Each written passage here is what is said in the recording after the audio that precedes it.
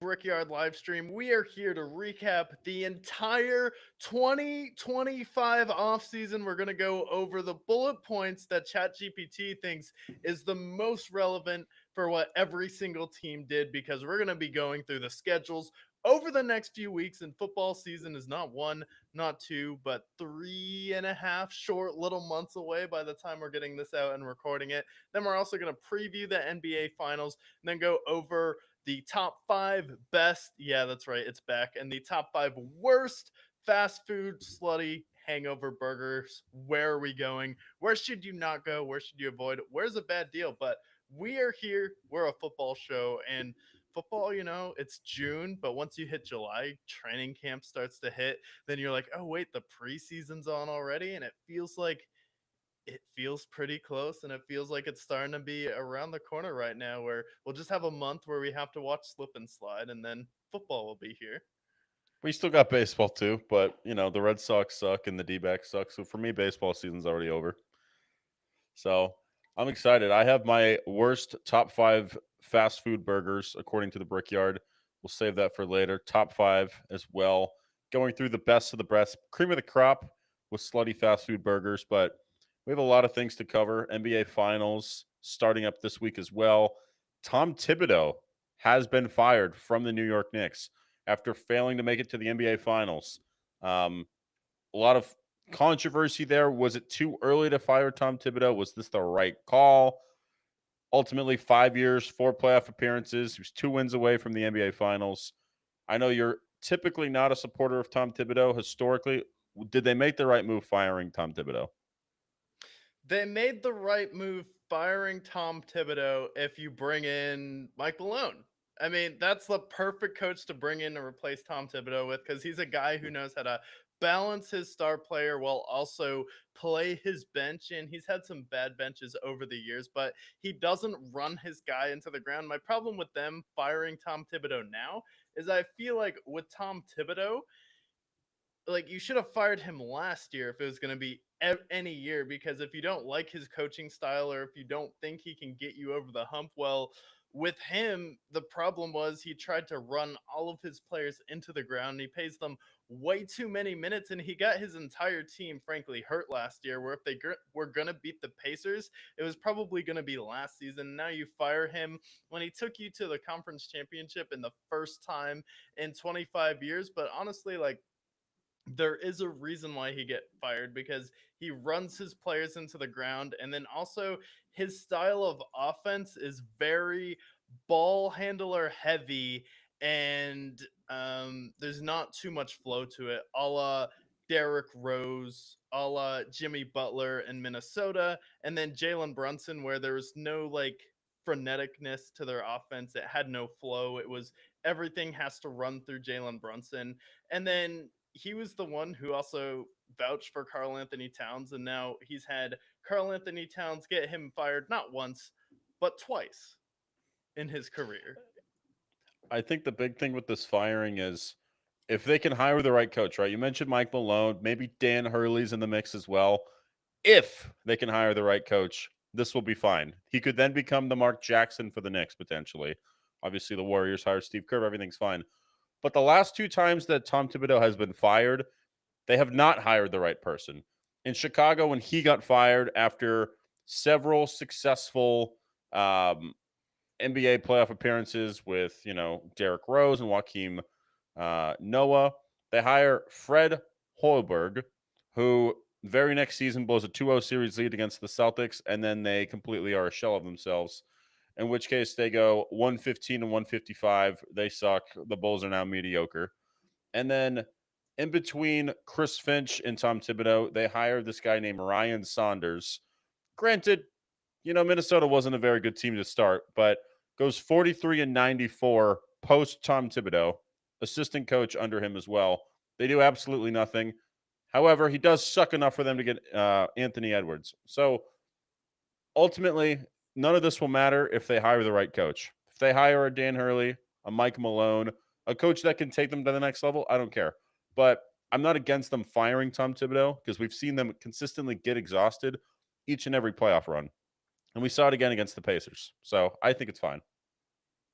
Yeah, no, I think it's fine, and I think honestly it's a year too late. I mean, with the Knicks, there's a lot of rumors swirling around with what they're gonna do, and I feel like you have a good team, and maybe if you had a different style on offense, it would be good. But when your specialty is defense, and you can't get Carl Anthony Towns to play any defense, and not only were you not able to do that in Minnesota, where Carl Anthony Towns wasn't playing defense, but he also didn't play any defense in the playoffs versus the Knicks. And then there are stories coming out that Carl Anthony Towns' defensive habits were lacking. It's like, did that come out of Tom Thibodeau's camp to try and be like a last saving grace? And then the Knicks didn't like that. And that's why they fired him.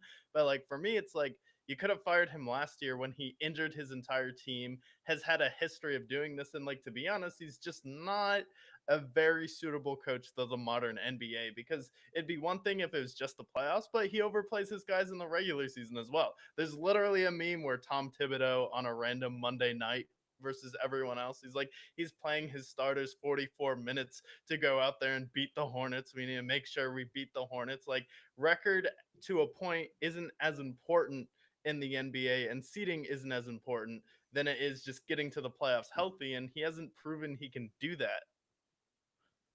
No, he hasn't. I mean, I get what people are complaining about is the fact that they were 2 wins away from the NBA Finals.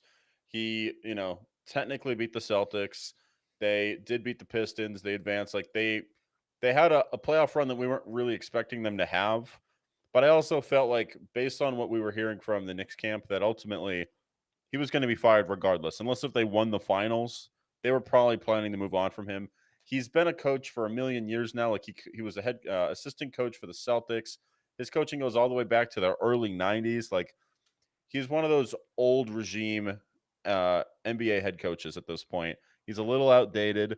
And I think that them getting someone, I think I'm going to mention Dan Hurley a third time. I think if they can pry him from UConn, not too far from where UConn plays, like they can get him, scoop him up, I think he'd be good for the modern NBA.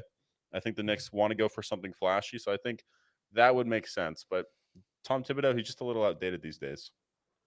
Yeah, I don't know how well Dan Hurley's going to do in the NBA, because we've seen plenty of college coaches come into the NBA and how many of them have succeeded. Like, it's not very many. And then Brad Stevens like was a very proficient NBA coach. However, what did he lack? Just that extra oomph that someone like a Ime Udoka has, someone like a Steve Kerr can bring out of his guys, someone like a Tyronn Lue has, where they just command that respect from their team and are able to kick the team into extra gear. So while I do think Dan Hurley can possibly do that, I'm just very wary of going out there and getting college coaches when you have a championship coach available right now. If we're going to recycle all of these coaches in the NBA, like, Mike Malone definitely deserves another shot, especially if you could bring him to New York and then get Giannis as well, where you'd essentially be trading Karl Anthony Towns potentially for Giannis if he decides that he wants to leave the Milwaukee Bucks. I feel like that is the best outcome for the Knicks. Like, if you want to contend, I would stay away from Dan Hurley just because he's not proven. But if you're looking to rebuild and your team just needs to put a few pieces together, maybe you take a chance. But the Knicks are also stupid, so they take chances when they really don't need to. I see two hiring options that no one's going to talk about, but I can see them going forward with. One of them is Mike Budenholzer. He's available. The Suns fired him. He's getting paid by the Bucks and the Suns. Does he need to be hired by the Knicks? No, but can the Knicks hire Mike Budenholzer? Yes. NBA champion after all. And then number two, why not run it back with Mike D'Antoni? It worked that one time. You see them going after Mike D'Antoni. If there's any team that's going to reignite with Mike D'Antoni, it's going to be the Knicks, of course. Honestly, yeah. I mean, imagine a Knicks offense run by Mike D'Antoni with Jalen Brunson. Like, Mike D'Antoni is the anti Budenholzer at this point. Like, he used to be called Mike Antoni because he has no defense. It's not on his mind at all. Where you bring in an offensive genius, like, if they bring in Mike D'Antoni and are able to trade for Giannis, like, Giannis is probably going to win the MVP. And it's not even going to be close. Giannis is going to average a triple double. He's going to average like 11 rebounds, 3 blocks, 12 assists, and 35 points because he's going to be like, Giannis, go downhill. We have Josh Hart. And then you just put a bunch of shooters around him and Brunson. Like, I feel like that could be an exciting pair. But the thing with like the Knicks and going after Giannis or Kevin Durant, it's like both of those guys have health issues at this point, and I don't think they can stay healthy for a playoff run. And then Nick Wright brought this up on First Things First, and then he's like, thought Chris Broussard would agree with him when he said, "Yeah, you should trade Karl Anthony Towns for Kevin Durant." And then Chris Broussard's like, "No, he's 37. Why would you do that? He's 7 years older than Karl Anthony Towns." But people actually think trading Cat for KD would be an upgrade. When Karl Anthony Towns can score, he'll be a more efficient rebounder, and he's still a little bit better defensively than KD because Kevin Durant physically can't play defense to the same level he did when he was in Golden State. Yeah, it doesn't make sense for Kevin Durant in New York. First of all, he's been in New York before in Brooklyn. It failed miserably. And secondly, he's 37. Like the window doesn't match. You have Jalen Brunson, who's like what, 27 at this point. You have Josh Yeah. Hart, who's young. You have all these guys that like they have experience in the NBA, but they're like in their mid 20s. And then you add somebody who's at the tail end of his career. This is probably his last stop before he retires. It just doesn't make sense. And what does KD offer you that you can't get somewhere else for cheaper and less noise? Because no matter where Kevin Durant goes, there's going to be headlines, whether it's his fault or not. So I just think that with the headache with New York, that just sounds like a recipe for disaster, to be completely honest. So New York should avoid him at all costs. If you want to get a score, like you don't even need a score. You already have Jalen Brunson. Like, why would you even trade for Jalen? Like, why would you have two scorers on the same team who I don't think they have similar play styles, but they're still guys who demand the ball. So I think that'd be a nightmare. And then to give up Karl Anthony Towns, who's your big man, like who's going to guard the rim against Giannis? Who's going to guard the rim against eventually when Jason Tatum gets healthy? Jason Tatum and Jalen Brown, Al Horford and whatnot. Mitchell Robinson. Mitchell Robinson, yeah. And then Evan Mobley of the Cavs. Like we have plenty. Miles Turner of the Pacers. Like the list goes on. Like why would you give away your big man? Siakam too. You already couldn't stop Siakam. Like Exactly. that boy was But running too in that series. hey, you know what? He got conference finals MVP. A lot of people thought it should have gone to Halliburton, but Siakam balled in that series too. He had multiple 30-point games. He kind of cooked in that series. Yeah, no. If Jalen Brown can get the MVP last year over Tatum, when Tatum had better numbers than SGA did, with the Thunder, it's like I have no problem what's Siakam getting it because I feel like he had like a big game when they needed it the most, which was game 2.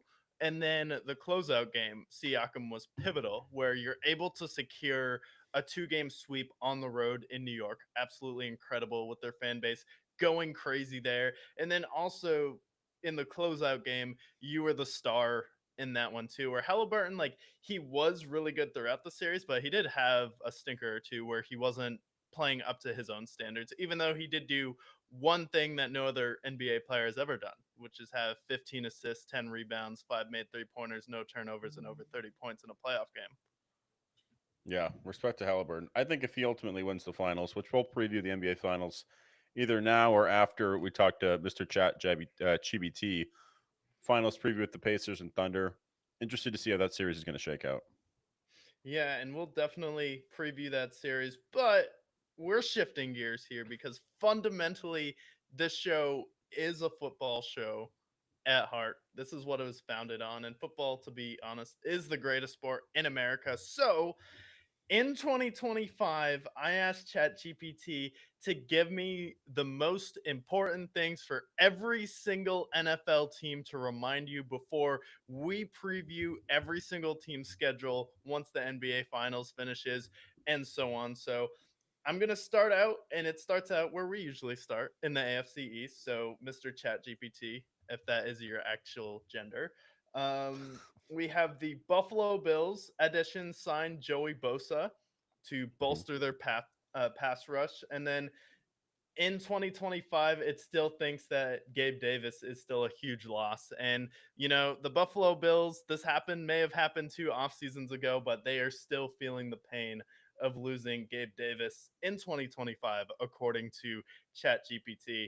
And then draft focused on strengthening their offensive line and secondary, which, they're becoming a run dominant team. Now, can we hold up the pocket a little bit more for Josh Allen so he doesn't choke at the end of games versus the Kansas City Chiefs? And then the secondary, yeah, y'all have been getting cooked over the past few years. So if those things come true, pretty good offseason overall for the Buffalo Bills. They just still didn't add any wide receivers, which I think is a problem. Yeah, they didn't add anybody. They added like Josh Palmer, Curtis Samuel, who's already there. Like they've added like third string guys to be their number two. I like Khalil Shakur a lot, but I don't think that he's their number one. He's probably better as a number two. But overall, Bills should still be contenders. It sounds like they are huge Bills Mafia fans if they're shouting out Gabe Davis as a key Losing loss. again. 2 generations ago, I mean, 2 seasons ago, ultimately, they lose Gabe Davis. Um, they're clearly, I mean, Bills Mafia has yet to recover. But the addition of Joey Bosa is interesting. You pair him with Matt Milano and Ed Oliver. That defense should be formidable. They should still be, obviously, they'll still be contenders in the AFC, but I think they still need to get another weapon. I heard Amari Cooper's still available, so maybe the guy that you traded for, you can just re-sign. I don't know. Yeah. Crazy thought. Yeah, and for me, the thing where I think the Bills right now have wide receivers good enough to get to a Super Bowl if they can avoid the Chiefs somehow in the playoffs and the Bengals in the playoffs. But my problem is like, what if one of those guys gets hurt, and you have no depth at that position now? So like, I would like to see if you're going to be a contender, at least have a little bit of depth, or maybe you have to trade some assets in the middle of the season. But overall, the Bills, that is their quick recap for the 2025 offseason. And then the Miami Dolphins, the most notable addition and the only notable addition from ChatGPT is acquired punter Ryan Stonehouse to improve special teams. So good for the Dolphins. The best move you had all offseason was adding a punter. Congratulations. Departures, Javon Holland. I mean, pretty good safety. Goes to the New York Giants, who are going to have a stacked defense this year and do nothing with it. And then the draft, they targeted backs to fill the gaps in their secondary. And now they're also talking about trading Jalen Ramsey, who could also help fill a gap in your secondary. Weird. Oh, maybe you just paid him way too much money. Or maybe you traded for a guy that was already over the hill who's had a bunch of injuries. If your notable addition is a punter, good luck, dude. Not only that, we have Johnny Smith who could be rocking out the door. Poor Johnny Smith. We wish him well. One thing they're not talking about though is their drafting of Storm Duck. I mean, the fact that ChatGPT is not talking about the addition of Storm Duck, I'm disgusted, frankly. But first of all, they're going to get rid of Jalen Ramsey, whether they cut him or trade him. They're trading away Johnny Smith, who was their number one receiver last year after Tyreek Hill got hurt. And now they're relying on Jalen Waddle, who had one great season and has yet to follow up with that following season. And then, yeah, ultimately their hero was going to be cornerback Storm Duck, drafted this past offseason. Honestly, call his name.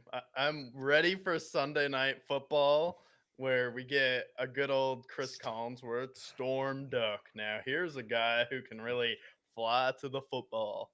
I'm waiting for that. And Undrafted, by then the way. what was it? He's undrafted, by the way. So Storm He's Duck, undrafted. All yes, right. he had 232 chances, and yet the Dolphins saw the needle in the haystack that said Storm Duck, he's our starting corner. I mean, it's like a fitting name for a Miami team too, right? Florida Yeah. Storm Duck. I don't care if he's the worst corner in the league or the best corner in the league. He might be my new favorite player. Yeah, he'll be better than Travis Hunter at corner at least. Yeah. Um, and then so that covers the Dolphins. So they added a punter. Congrats, Dolphins. And then they Congrats. lost They'll be Javon doing that a Holland. lot. And then New England, notable additions: Stephon Diggs and offensive lineman Morgan Moses, giant beast of a man. If you haven't seen him, he's like lifting 3 plates with chains on it, just repping it out. This I can do guy's a that. monster. And then departures, they released Harold Landry the third, and then defensive corner Jacoby Awuzie, and then draft focused on acquiring young talent for the defensive line, which has kind of been a hole last season. They had a tough time getting to the quarterback and rushing the passer. So you focus on those strengths. You have some good receivers already, but I really just want to talk about Stephon Diggs because we touched on it last week, and I didn't think it was a big deal, but y'all are really soft. I mean, why is this even a headline? Wide receiver, NFL player passes out drugs at party. Okay, who cares? Did the world Yeah. end? He had a good time, and then he ended the night with Cardi B. Why do we care? Yeah, there was people, especially with Boston sports, that were demanding him to get cut because he was offering out a pink powder to somebody, which I don't know what it is. Maybe it's cocaine, maybe it's something else. I don't care. Either way, Stephon Diggs, for what the Patriots have at wide receiver, they cannot afford to cut him, frankly, to be completely honest. And secondly, who cares at the end of the day? You're telling me Deion Sanders didn't do cocaine back in the day? We literally have a whole era of sports that is called the cocaine era. Get over yourselves. Stop acting like you guys are fucking going to church every Sunday and praying to the Bible before you go to bed at every night. Those don't exist. Also, it's their beloved era nonetheless. The cocaine era is the oh, I miss when they were on cocaine. And then it was I sent you a post because once in a while Gilbert Arenas has a thought pop in his head that actually makes sense. And he was like, wait a minute, they drug tested me 4 times a year, but it used to be they only drug tested you once at the beginning of the season, and then you can just go to work. You just need to be ready for the next seasons of wait a minute, that's how they all played every game. No one get injured. Michael Jordan was on steroids and cocaine in basketball. That's how they got through an 82 game season. So I feel like they kind of have a point. You need to let these guys use at least mild steroids again or look the other way. If you're going to let them make them play 82 games, we already talked about it with the WNBA, but the fact that they only got tested once each year, and then it was kind of all right, do your thing now. You don't think Karl Malone was juicing? You have some of these massive centers because I look back sometimes how did they hold that much muscle doing all of that cardio? Because you look at most of the NBA players today, pretty thin, and I'm bigger than most of them. Yeah, a couple things. First of all, how does one person get through a 9 to 5 job without consuming drugs or alcohol? It's very hard. Never mind, you're an athlete going a million miles an hour. And then Karl Malone, like you talk about him, what he would do is he would take lots of Viagra, go to the local playground, find his next wife historically. But I think we should get back to an era of letting people do drugs for sports. Like it was better in baseball when everyone took steroids. It was better in football when everyone was on crack. NBA basketball on crack. I don't know whether it was good or not. I was too young to know, but I'm sure it was great. So like I think the sports are in a better world when everyone is intoxicated. Just like when we go to a bar and everyone's intoxicated, it's the same thing. These are all athletes, but at the end of the day, they're all human. Bring back drugs and alcohol to sports. That's my Also, take. did you hear what Derek Wolf's concoction was before he would go out there on the defensive line for No, Denver? He was like, no. I would mix Adderall and mushrooms, and then that was my pregame ritual. Dude, that's amazing. That's a concoction. Damn. So But he was seeing God and everything at once. What a guy. literally, he saw all the elves at once. He had them all lined up in a row. Bro was ready to go. But yeah, New England. I didn't listen to any of the sports media there. But was Felger mad? Felger and Maz or Loomer No, it Loney? was the other talking heads. They're like pissed off because he was partying in Miami. I'm like, first of all, get over yourself. He's a Wiggy fucking wasn't happy. successful. Yeah. Oh no, not Wiggy. But who cares? First of all, he's a top, at worst, top 20 wide receiver still in the NBA or in the NFL. And then he's dating a rap star in Cardi B. Like, it's gonna happen. And then secondly, like, who gives a fuck? At the end of the day, talent allows for reckless behavior to be okay. That's why people tolerated Antonio Brown for a long time. Stephon Diggs handing out a pink powder to a couple of women in Miami, a couple of fine women who probably have a great relationship with their father. I don't think there's anything wrong with that. Yeah, and also this is why no one wants to go to New England if they go to a party and then all they hear on the radio is just all these Harrison Ford lawyers going, "What we're doing is wrong." Exactly. So outside of that, I mean, the Patriots, they had Stephon Diggs. They bolster their offensive line substantially. And then they get like Milton Williams. We have Christian Gonzalez coming back. Bob Spillane, they steal from the Raiders. Like, they made a bunch of additions. Patriots should be significantly better. And best of all, they probably also upgraded their punters. So they've done just about as much, if not more, than the Dolphins already. Yeah, and then ChatGPT for the New York Jets. Since we're talking about the New York Jets, I want you to pull out your Bible and turn to Jeremiah verse chapter 10 verse 11, where we talk about going through trials and tribulations and how that's never going to end because the additions where you signed Justin Fields and Andre Nice. Cisco to revamp your roster. Great, revamped. That's Congratulations, all you Jets. needed. And then departures, Devontae Adams signed with the Los Angeles Rams. Draft, you emphasize the offensive line and wide receiver position. One thing you were historically ass at drafting. And then now you have Mr. Bible Study coach Aaron Glenn, where he's trying to turn them. And I have nothing wrong with prayer or Bible study and meditation. I feel like it is actually good for people. But at your work, um this is still a job, remember? Like football is a sport and there's more of a personal bond, but it's still like your job. And now Aaron Glenn is not only prioritizing involving Jerry Judy, which I'm sure you just love, and then he's also adding Bible study now into the routine where he's just trying to like do this like Friday night lights thing. I don't know if they're on like Hard Knocks or what's going on, but Look, man, if you hate God, just say it. I get it. It explains why you don't like Josh Allen. Like, I get it. the You're white truth. atheist. It's fine. It's cool. But their solution of them getting Justin Fields when they had a Hall of Fame quarterback prior sounds pretty Jets like. And then going after their offensive line, there are certain teams in the NFL that when I hear that their upgrades in the offseason was upgrading their offensive line, I know that it didn't mean anything. Them and the New York Giants. Those guys cannot draft offensive linemen to save their life. They will always have one of, if not the worst offensive line in football. And then the receivers, like, okay, like Garrett Wilson's cool. Like, we like Josh Reynolds, Alan Lazard. Like, fine, that's whatever. But like, you go from Aaron Rodgers to Justin Fields. Would not call myself a Justin Fields enthusiast anymore. I try to appreciate him, but I learned that he cannot process. You know who said that? Cannot process information fast. You know who said that? Justin Fields. That's the answer there. And then as far as biblical studies, like this would be awesome if this was a high school Christian male football team, but it's the New York Jets. And I understand that the only way to have hope for the New York Jets is to pray to God. But unfortunately, it's probably not going to be enough because even the team that just drafted a punter in Storm Dick or Storm Duck, that team's still going to be better than you, most likely. Jets will be the worst. Luckily for them, they will be the 5th overall pick and still not get Arch Manning. So that is what they can look forward to.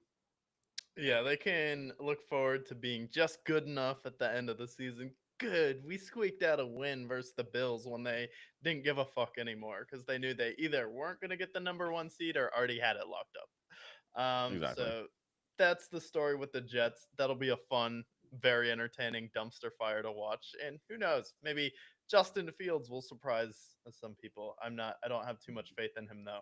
And then we shift gears to the North. And the Baltimore Ravens, reigning division champs, start out the party here from ChatGPT. And it says, under additions, notable addition was wide receiver DeAndre Hopkins to provide a veteran presence. And then departures, lost key defensive players to free agency. Very vague and ominous, if you ask me. And then draft focused on bolstering the defensive front. Okay. DeAndre Hopkins is cool, but he is 32, and it looks like he is a little over the hill. Historically, when they go to the Ravens, that's not a good sign, especially if you're already also coming from the Titans. So, little worried with what DeAndre Hopkins' productions will be for the Ravens, but if it's DeAndre Hopkins of the last few years, it's still formidable to pair alongside Zay Flowers and Rashad Bateman. So, Ravens will still be contending for the 1 seed. So, I like it there. It is very ominous. Who did they lose exactly on defense? I mean, they added Chidobe Awuzie, it looks like. Other than that, it looks like a lot of players coming back. They still have Matabuke. They still have Roquan Smith. Kyle Hamilton. So I think their defense should be better. So Ravens, I'm not worried about. But do you think DeAndre Hopkins is going to be a notable addition for them? Do you think he's going to be a nice contributor, or do you think he's maybe over the hill? I don't think he's over the hill. I feel like he's still at least a good enough three where maybe you should look to pass it to him instead of Mark Andrews at the end of the game. Just a thought. Like, Maybe he'll is catch he it. the same, like world changing? No, but he is someone who can be in a position like a Steve Smith was when he was on Baltimore. Remember, he went from Carolina to Baltimore to finish up his career there. So I feel like he still has some games, and you should really just try and keep him healthy for the playoffs, not play him too many snaps. In the regular season, and then just see if you can get him to the playoffs. But like at least pairing him with Hollywood Brown, I'd rather have him than Nelson Aguilar. Yeah, yeah, I don't hate it. I think at this point, can he stay healthy? That's going to be the big thing. He can still. I mean, he was a decent enough contributor for the Chiefs, so I don't necessarily hate it. Last year, he had 600 receiving yards. Do I think he can get to that number again? Yes. So, and he doesn't drop the ball very often, so I think he'll be fine. But I don't think he'll be that same player that we saw back in Arizona or Houston either. Yeah, so that's Baltimore. Pretty solid, and I think they'll go again as far as Lamar can take them next season. So it'll be interesting. I mean, notable returns for the Baltimore Ravens, Mark Andrews. So we'll see how that goes. But um, for the Bengals, though, they're up next, and it says additions retained core offensive players to maintain continuity. So their addition is retaining. Very creative, Chat GPT. And then departures is Trey Hendrickson is a potential trade candidate. That is the departure. And then I believe notable Logan Wilson was the one who retired. Yes. Yeah. And then They draft needs they addressed secondary and offensive line. So Yeah, because they drafted. I'm trying to remember who they drafted. I think it was B.J. Hill potentially.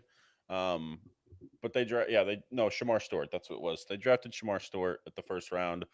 I mean, I felt like their entire draft was focused on the defense, which when you have the worst defense, arguably in history, compared to what that offense was last year, probably stole Joe Burrow's MVP from them because of how bad their defense was.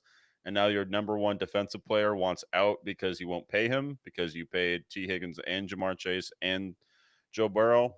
That'll be a fun defense to watch for sure.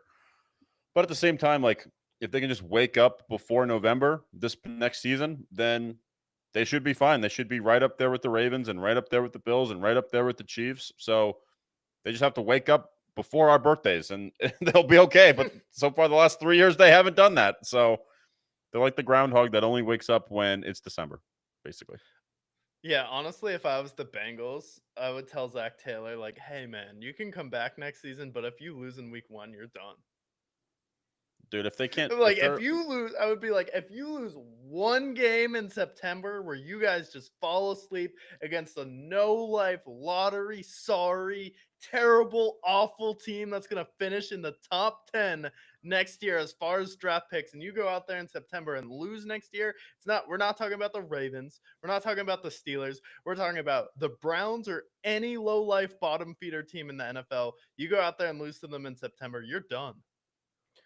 their first 4 games is as followed. If they are not 3-1, I'm disgusted.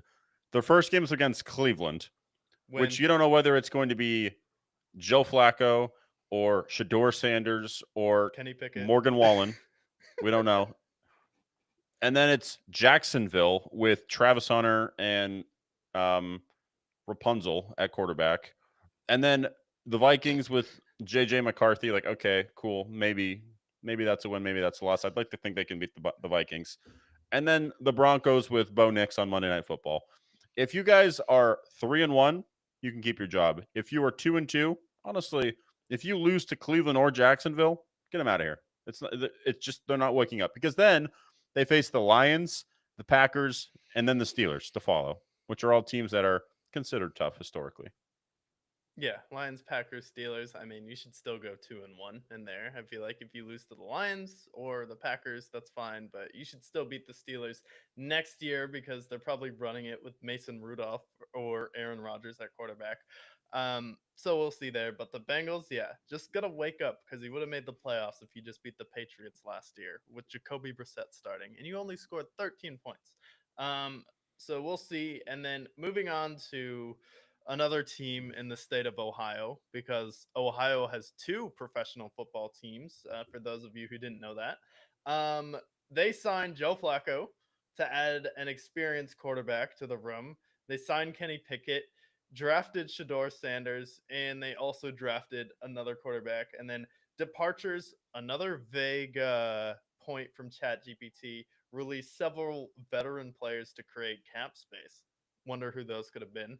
And then the draft targeted defensive backs and linebackers to help the defense. And I feel like historically Cleveland has been pretty decent at drafting, but the problem is going to be just I feel like their running backs. How consistent are they going to be next year? And I feel like your wide receiver room took a huge step back, and then we don't know what's happening at quarterback either.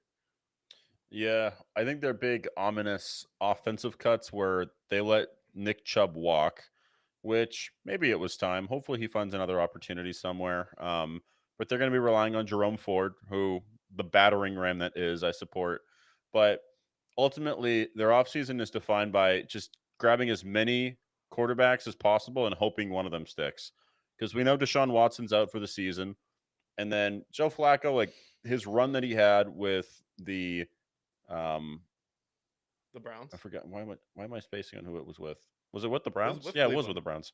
Yeah, so Yeah. they bring him back from the Browns.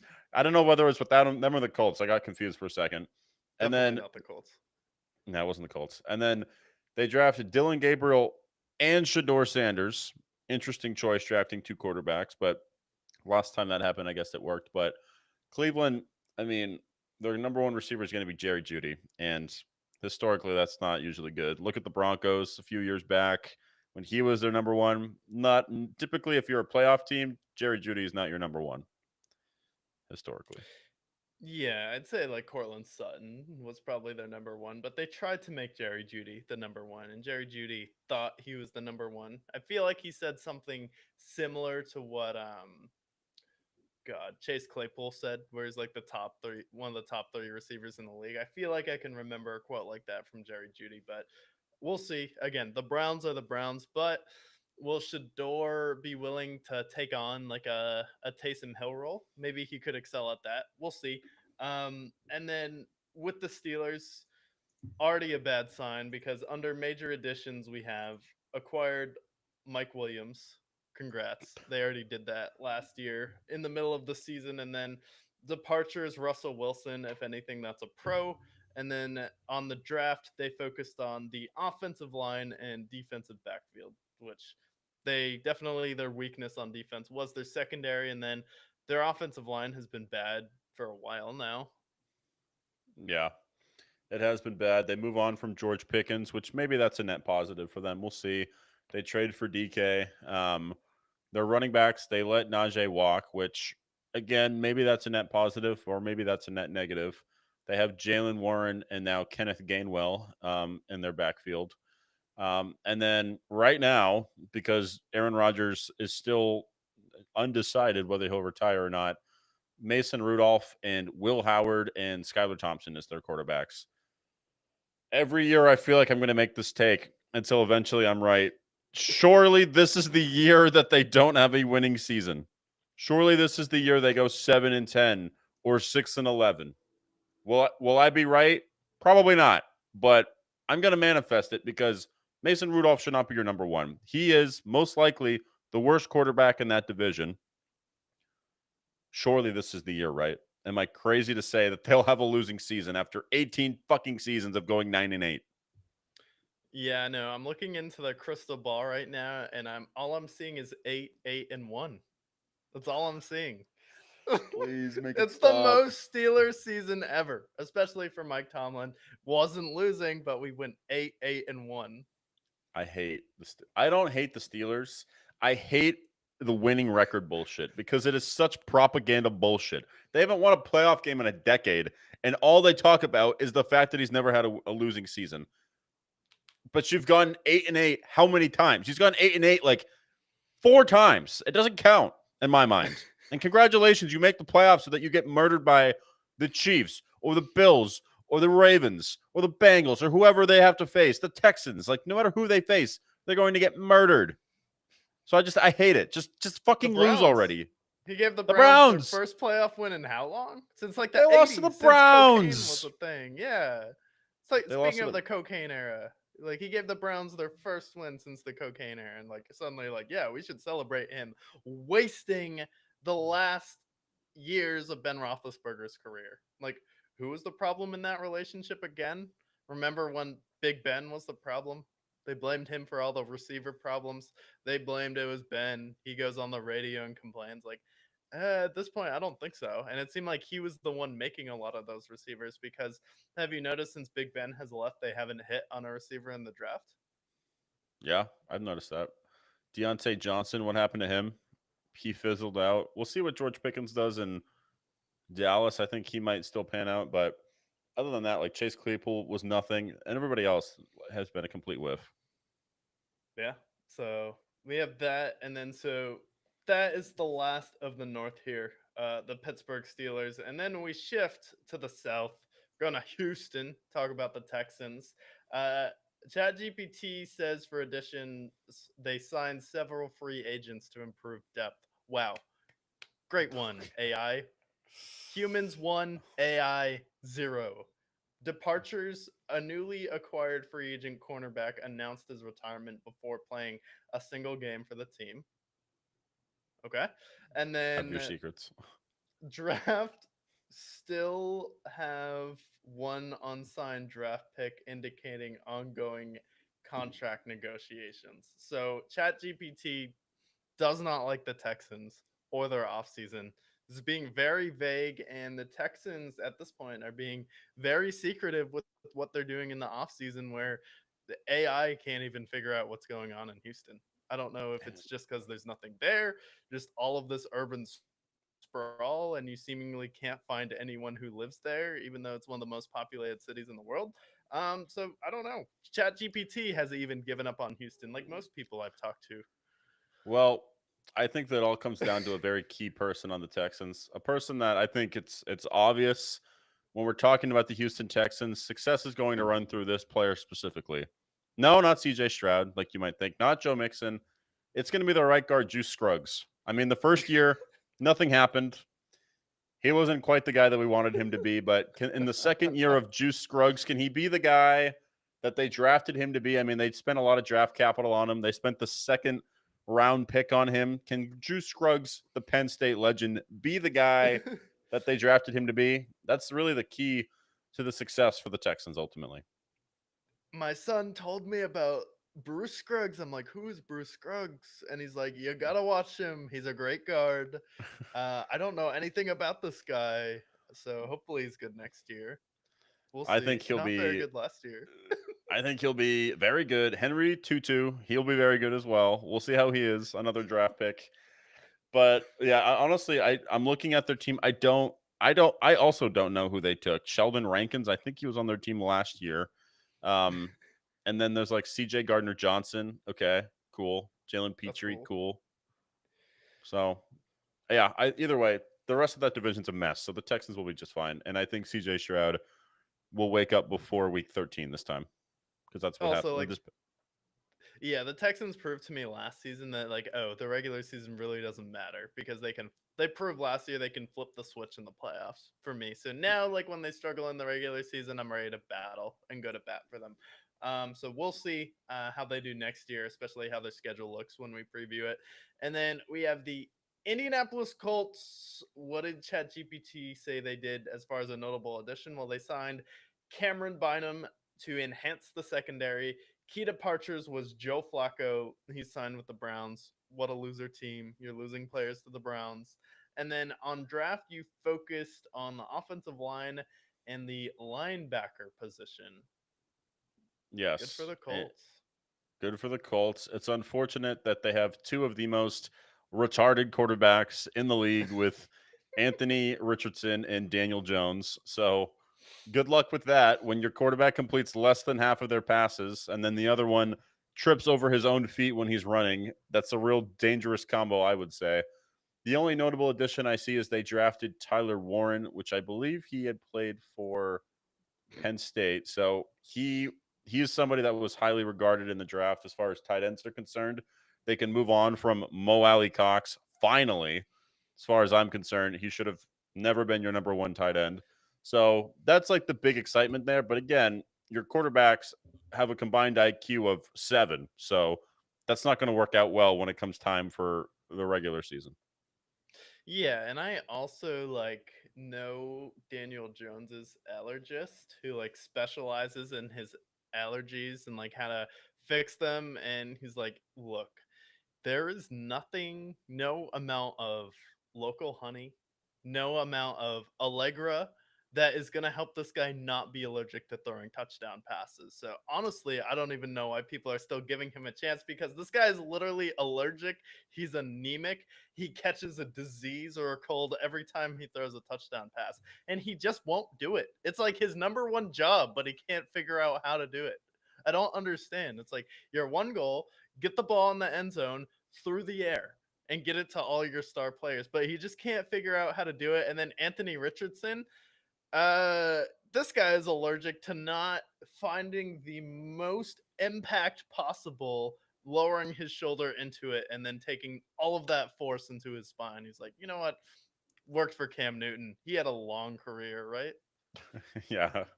Yeah, he had a long career. Daniel Jones, for every touchdown he throws, he sacrifices it by either fumbling or throwing an interception on the very next drive.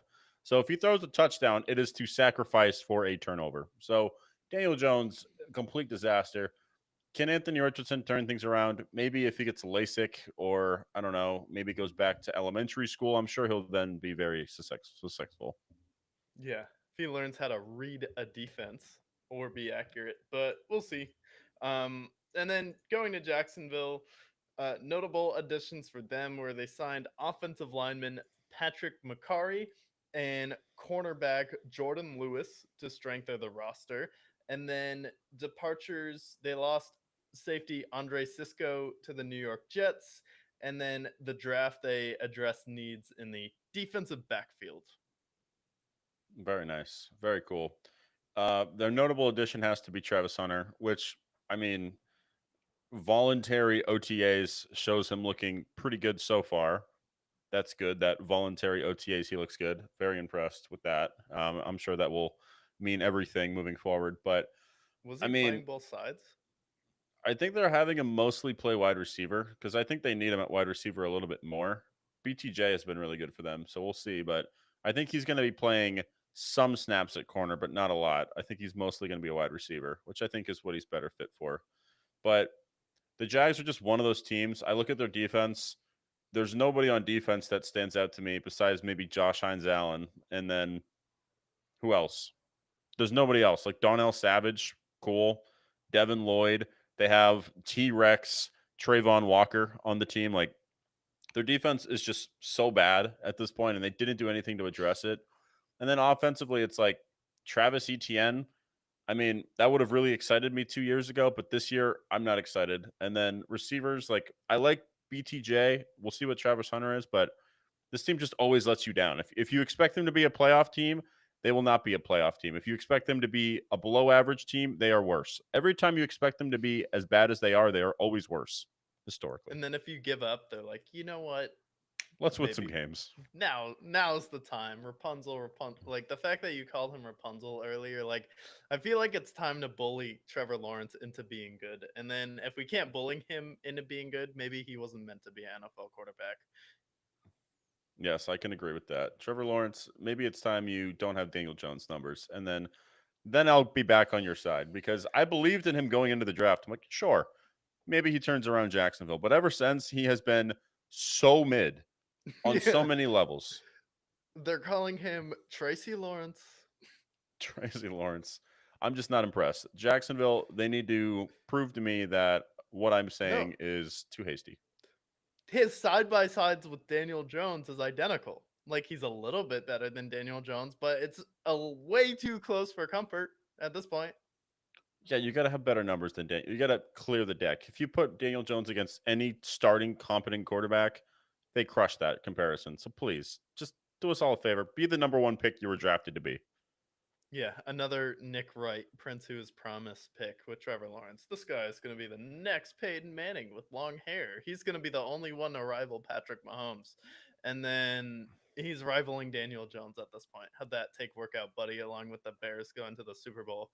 Oh, and the Lakers to the finals. Yeah, that worked. And then we go from the Jaguars to the Titans, and they signed Dan Moore Jr., who's a tackle. They signed guard Kevin Zeitler to improve the offensive line. Departures were Harold Landry, and then they drafted a quarterback at number 1 as well. Notable pickup for them. They get the best quarterback in the draft possible. Yes, they got Cam Ward. We'll see how Cam Ward translates to the NFL. Pocket presence looks good. Offensive line, they did sign two key offensive linemen. Will that pan out for them? Um, I think for a team that's in rebuild, I don't expect them to be amazing right out the gate, but I think that they're going to improve upon last season. Last year they were what, 2-15. I think now 5-12 is fair for what they are. They have decent players on defense. I see the vision with what they're doing. Can Brian Callahan be the head coach that they hired him to be? I think they have what it takes to surprise some teams, but it's ultimately all going to come down to Cam Ward. He was the number one overall pick for a reason. He was good in Miami. So ultimately, with these number one overall picks, is he going to be Jamarcus Russell, or is he going to be, an Andrew Luck or somebody of these natures? Like, is he going to be a great number one overall pick or a terrible one? Because you really don't know. Yeah, and we'll see. Especially in the NFC or the AFC South, typically number 1 overall picks don't pan out well in that division, but we'll see. Very And true. then we have our last division in the AFC. We're heading out west, and we go to Denver, where they signed tight end Evan Ingram. They signed Trey Greenlaw as well at linebacker, who I liked a lot in San Francisco to bolster the roster. I believe they also got Ufunga on that team. They grabbed a couple guys from San Francisco, so defense should be better. You solidify the tight end position. You lost a couple key defensive players to free agency, and then you targeted the offensive line and defensive back positions in the draft, which are already pretty strong, but could be improved. Yeah, and I think that they're not done either. Like right now, they have a rookie running back that's going to be leading the charge. They let Javonte Williams walk, which I don't think is a bad thing. He's now a Cowboy. But they draft RJ Harvey from UCF in the second round. We'll see how he pans out. He looks like he's going to be a nice physical back for him, but I think that they should go out. Maybe they sign Nick Chubb for a league minimum just to complement him well because they don't have a lot of depth at running back currently. But otherwise, I mean, adding Evan Ingram, I think, is an underrated pickup. He's a nice tight end for them. They didn't really have great tight ends previously. So Cortland Sutton and some of the other guys that they've drafted, I think, will be fine for them. Their defense to me is what ultimately is going to keep them in the playoffs potentially because I'm looking at their defense and they might have the best defense in football, honestly, with Nick Benito, Alex Singleton, Pat Sertan. Like that defense is going to be legit. And if there's a team that's going to challenge the Chiefs, it's going to be the Broncos in that division, most likely. Yeah, for sure. They can at least make it tough on them. And like the Broncos feel due to beat the Kansas City Chiefs because it's been how many times in a row now that the Chiefs have beat them?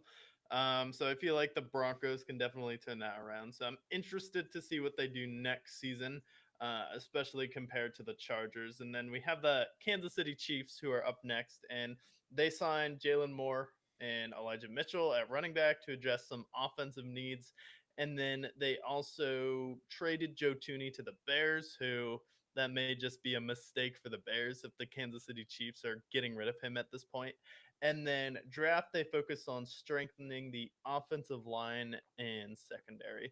And then most notable, just getting your best wide receiver back, Rashee Rice. I feel like will be a huge upgrade for them as well that they were missing in the Super Bowl. Yeah, and I think, for them, last time that they rebuilt their offensive line, it worked out really well. That's when they drafted Creed Humphrey, one of the best offensive linemen in the game. So I trust them a lot there. And then them not having Rashid Rice in the Super Bowl, I think definitely hurt them. Him coming back is going to help a lot. So Chiefs, do I think they go 15-2 again? No. I think they had a lot of really close games, and some of them they'll lose next season. But I think they're still due to be, at worst 11-6. They're still going to be right there with the rest of them. Yeah, so I'm not worried about the Chiefs. I mean, they can definitely get back to the Super Bowl. Do I think they will next year? I don't know yet. We'll have to feel it out as we go through the regular season. And then up next, we have the Raiders, who added the Seattle Seahawks, essentially. They acquired Geno Smith. They hired Pete Carroll and then John Spytek as a general manager. They brought in Chip Kelly as offensive coordinator. So we even have coaching changes on here instead of departures because there weren't any notable ones. And then they focused on the offensive line and defensive positions in the draft. Also, getting the best running back in the draft out of Idaho on that team, who their rookie of the year tight end quality candidate last year is excited about now. So I'm really excited to see what the Raiders do this year. I mean, you have Geno Smith at quarterback, but a lot of people have this team as their most improved team coming into the season. Do you agree with that, or do you think some people in the media are in crazy town? Because I see it floating around like, wow, Vegas, they added a senior citizen at quarterback, Geno Smith and Chip Kelly, like, and then you also go out there and draft Ashton Jinty, and you get Brock Bowers excited. You bring back Max Crosby on a huge deal as well. Like, are people just crazy saying this team is most improved, or do you think they're better, but just with the people in that organization, they're not going to do anything with it? Okay, I'm going to give a comparison to this, and I don't think maybe it's not as catastrophic, but we have a historically terrible franchise in the Raiders the last 25 years. They went and hired a senior citizen. Let's look at previous history with that panning out, right? A couple of years ago, for use a baseball example, Tony La Russa to the White Sox, massive failure. The Knicks, when they brought in Phil Jackson after years away from the Lakers, massive failure. So the Raiders, with how historically bad they've been, I think their offense is going to be exciting. Like, let's see what Ashton Genty is. He didn't play with like in the SEC. He didn't play with like Alabama or Clemson, like where historically these running backs thrive. He played at Boise, and every time he played against a like a playoff team, essentially, he struggled. So I do have my concerns there. Maybe the Raiders can work through that, but I think their offense will be exciting. But no, I don't think they're the most improved. Their defense still sucks. Their head coach is arguably like is one of the oldest head coaches ever, actually. So can I see more of it panning out for them being playoff team, or can I see this being a colossal failure for them? I think it's going to be more of a failure than it is going to be Pete Carroll solves all the issues that the Raiders have ever had. Yeah, because he hasn't been solving any issues for the past 8 years. They got And to he's the Super Bowl in outdated. 2014, which was 11 years ago. Yeah. 11 years ago. And by the time we get into the playoffs in 2026, it's going to be 12 years since this guy got to the Super Bowl. Yeah. And it's again like, okay, Ashton Genty's cool, Brock Bowers cool, but then their number one receiver is Jacoby Myers. And I like Jacoby Myers, but he wasn't even a number one on the Patriots back in the day. And then the number two is Trey Tucker, which most people who watch football don't even know who Trey Tucker is. Honestly, the key to this team, the most obvious player in my mind, but no one else is going to say it, it's their rookie DJ Glaze. How is he going to be? Because honestly, I look at their offensive tackle DJ Glaze, the third round pick. I'm like, this is going to be the glue to their offensive line potentially. He could be the guy that brings them over the top.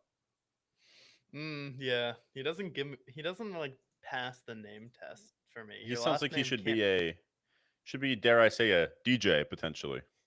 Yeah, I don't know. Like DJ Glaze, does that really pass the name test? Like Not he offensive just got lineman. pounded by Glaze.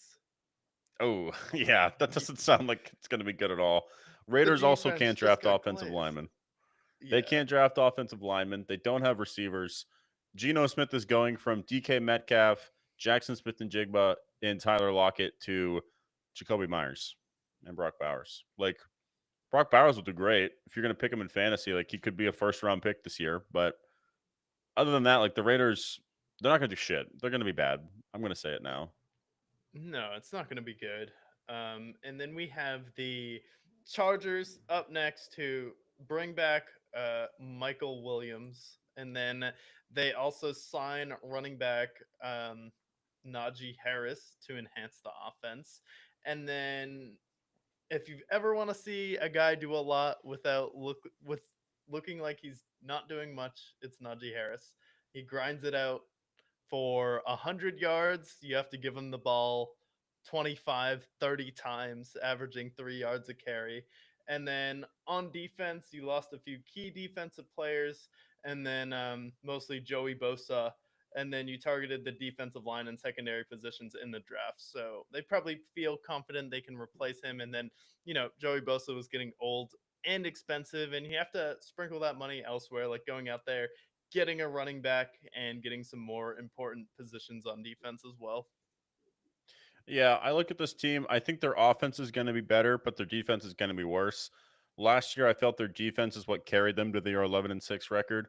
I think they can still be 11-6 this year or 10-7 because their running back position, like they draft Najee or they sign Najee, they draft Amarian Hampton, who was the number one running back in the draft outside of Genti. And I just feel like when the Chargers draft a running back, I'm going to take their word for it because they went from LT to Darren Sproles to Melvin Gordon to Austin Eckler. So they know what they're doing when it comes to running backs historically. I trust them there. But also, I think their defense takes a step back. I think 10-7 is fair for where the Chargers are. So they don't get worse, but they don't get better either. They got better at offense, at worse at defense. Yeah, and I feel like it's fine because it's going to be hard for them to have like a really good record because I don't know how explosive their offense is going to be next year. Like Najee isn't like a player you can add and then be like, all right, now we're going to be a lot more explosive. So it really is riding on your rookie running back. So we will see with the Chargers next year, but hopefully they'll be good. And Just then we shift I'm over to the NFC. If I Oh, just scan their record real quick, their first like 4 games look pretty easy, right? They have well, actually no. No, actually their schedule's kind of a gauntlet. Like they start with the Chiefs in somewhere foreign. I forgot where exactly they're going to start. But it's Friday when they play, which is not normal. that's And probably in then like they, Mexico. Like the last South America game was in on a Friday, I think, right?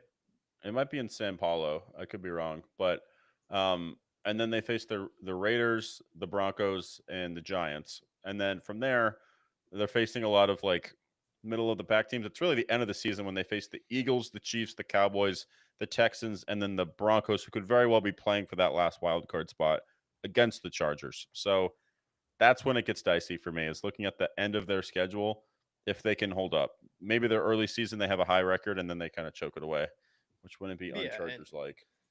yeah, what did the Chargers do at the end of the year, right? That's what they What are do. they known for? Yeah. But that's the AFC. So now we kind of get a picture of what happened in the AFC vaguely last year. And then now we're going into the NFC. Starting back in the East, we now have the Dallas Cowboys who added Javante Williams and then they traded for George Pickens. They released several veteran players to manage the salary cap. And then they focused on the offensive line and defensive backfield in the draft, where feels like their offensive line has definitely struggled and has been getting old for the past few years. And is a big criticism we had. So we'll see if they can kind of recapture that magic of drafting an elite offensive line again. You very rarely can, especially when you hit on all those picks. But overall, I think this is a pretty solid offseason, and the Dallas Cowboys do really well with low expectations. So I think they can make the playoffs next year and maybe win a game. Yeah. I think they have a better running game. I like Javante Williams.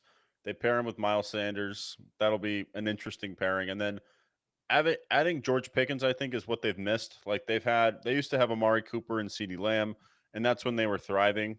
Ferguson's a nice tight end as well. So their offense should be a lot better. And just like we made fun of the Jets with their offensive line, the Cowboys are the opposite. I feel like historically they know how to draft offensive linemen, which is why they had the best offensive line for the last decade historically. They had some guys retire and they had some guys leave. So I think their offensive line should be better again.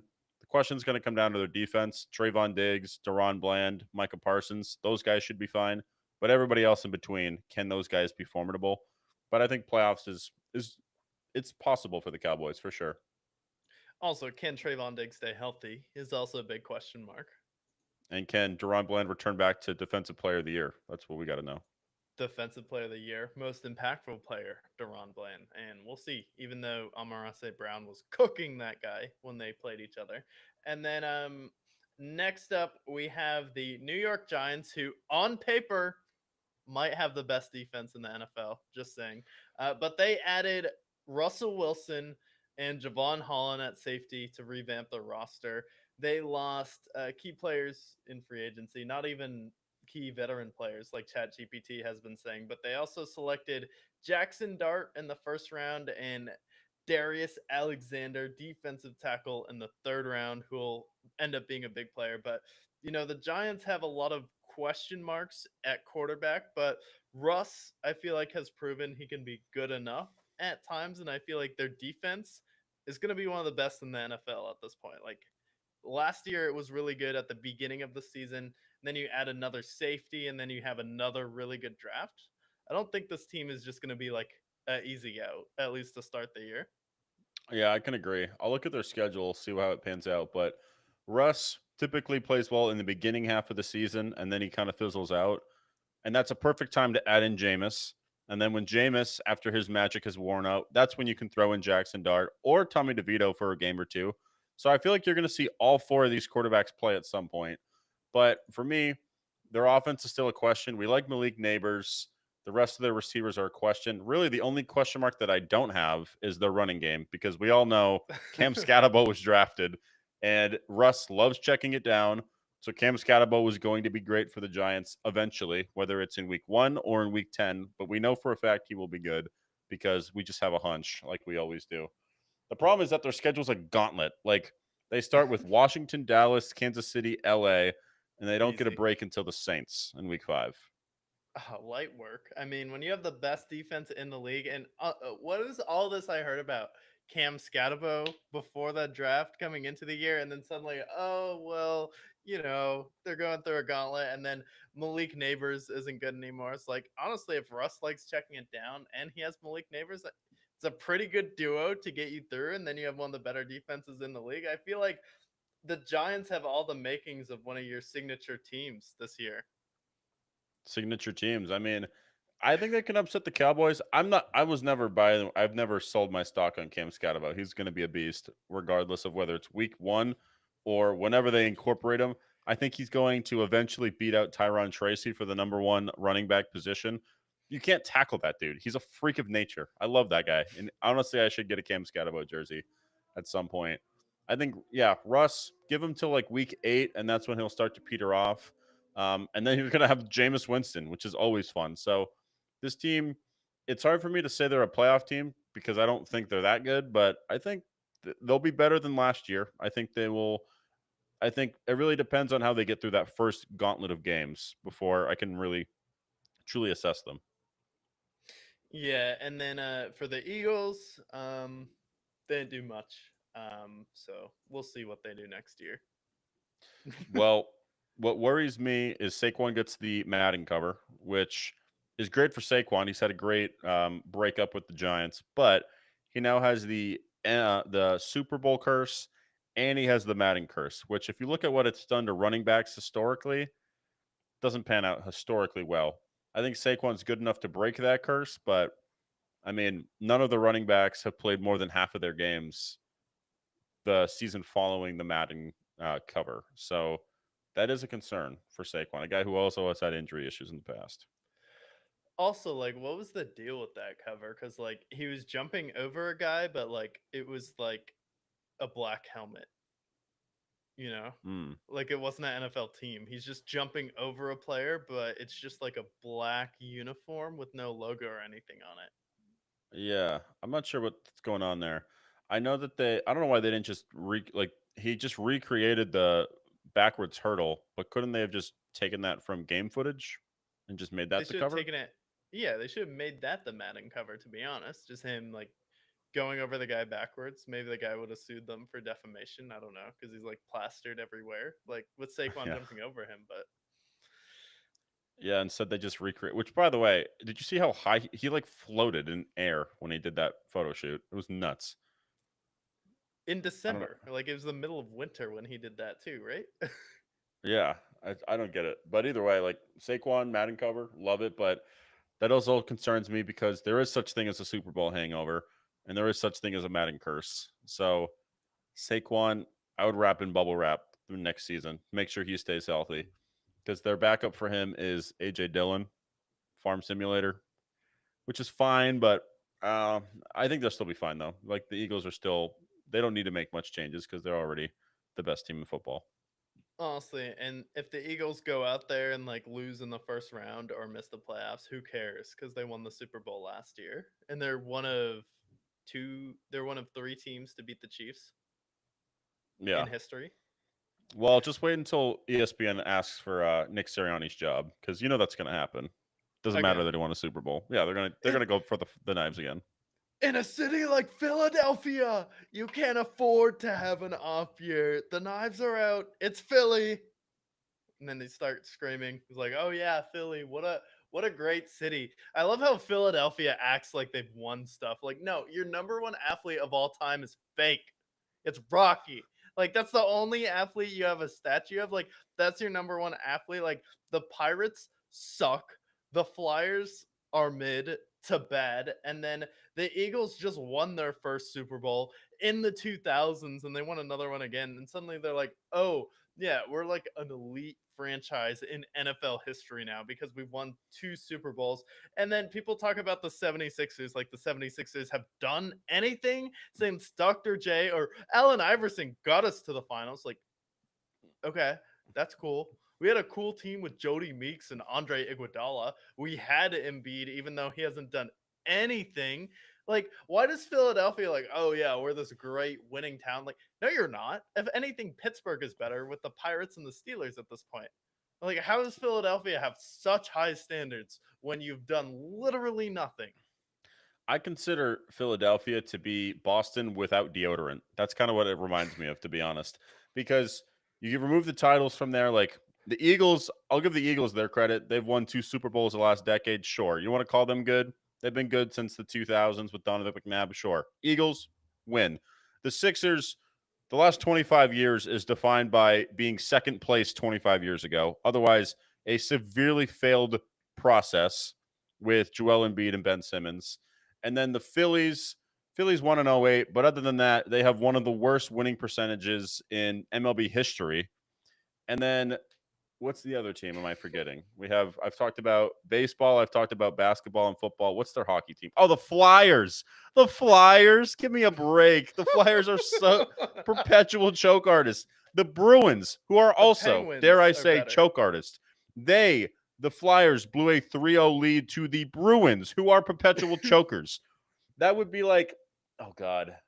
That'd be like if the Vikings blew a 28-3 lead against the Chargers in the Super Bowl. That is what it is equivalent to. Two perpetually choking franchises choking together. Congratulations. That is what your no, it's Boston without deodorant. That is what Philly is. Yeah, I just don't get like this whole like Philadelphia like has such high standards. Like, where did these high standards come from? You're like the ugly bitch who wants the guy who's 6 foot tall, who at least 6'2", who needs a six-figure salary and yada yada yada. But you're like a four. You're Yep, not even a four. You're like a three. You have the exactly. Eagles the past decade, and that's it. Oh, you had Dr. Dre. Oh, Dr. J. Cool, very cool. Allen Again, Iverson got to one finals. Dr. J, by the way, good in the Coke era. Everything comes back to the Coke era with any sport. Yeah. Congratulations. He was good before the ABA and the NBA merged. That was when he was great. Yeah. Also Congratulations. the city that ran Andy Reid straight into the arms of the Chiefs. Exactly. No, it's disgraceful. And they booed Bryce Harper after signing a 13-year deal because he struck out 3 times in his debut. Like, are you kidding me? The Phillies of all teams. Like, congratulations. You guys were good in the late 2000s for like an hour. And then other than that, you guys have one of the worst winning percentages in baseball history. Yeah. Disgraceful. But what did ChatGPT say about the Commanders, the last of the East? A lot actually, the most of any team so far. It has additions. They traded for Laramie Tunsil, And wide receiver Debo Samuel, they signed Michael Gallup as well, Nate Herbig, guard, and then they signed defensive ends Dietrich Wise and Jacob Martin, defensive tackles Javon Kinlaw and Eddie Goldman, and then they signed cornerback Jonathan Jones, safety Will Harris, and kicker for June Matt Gay. And then departures, they lost Jonathan Allen, and they focused on adding depth on the offensive line and secondary in the draft. They opened up the checkbook, it's They safe did. to say, this offseason. Well, They had money to spend, and they threw it all at that wall. and I appreciate a team that still supports Pride Month, signing Matt Gay. Very nice of them. We'll see what their Instagram handles look like. Will they have the pride flag? Will they not? That will be They the waited next till segment. June 1st to sign him. They waited till June 1st to support Pride Month. Congratulations, Matt Gay. But they went and signed, they had a bunch of money, and they're like, why don't we actually use this money? Unlike most teams with salary cap. They open their checkbook, they get Debo to pair with Terry McLaurin, they get Laramie Tunsil, their offensive line should be better.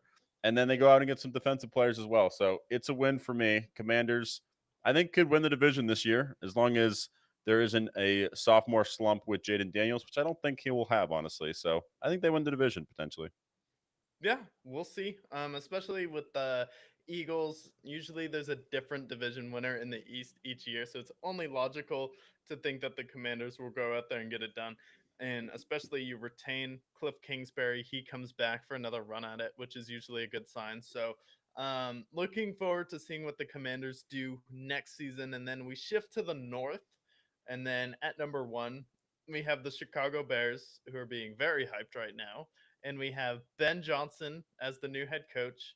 They add Joe Tooney to bolster the offensive line, and then they also in the draft bolstered the offensive line and secondary position. Yeah. They traded for Joe Tooney. They traded for Jonah Jackson, and I think they signed another offensive lineman, which is great because Caleb Williams was sacked like what 80 times last year. So that should help. Their running back is still DeAndre Swift, so I still have my questions. They drafted Colston Loveland, who probably will be the replacement for Cole Kmet, unfortunately. But I don't know. Does this sound familiar? They make a bunch of moves in the offseason. There's a lot of expectations going into the season. The Bears are a team that historically disappoints.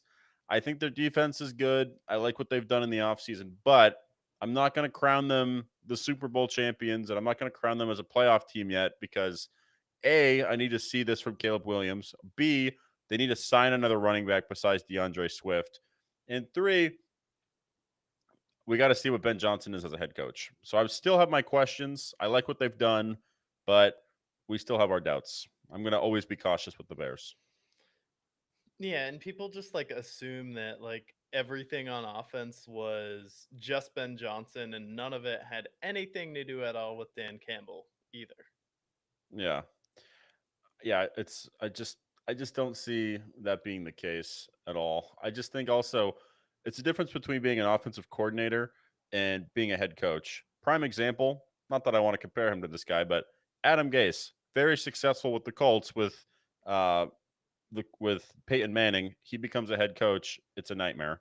Josh McDaniels with the Patriots leaves, goes to Denver, fails, comes back, goes back to the Raiders, fails. Like offensive coordinators don't always work as head coaches. It's a lot different.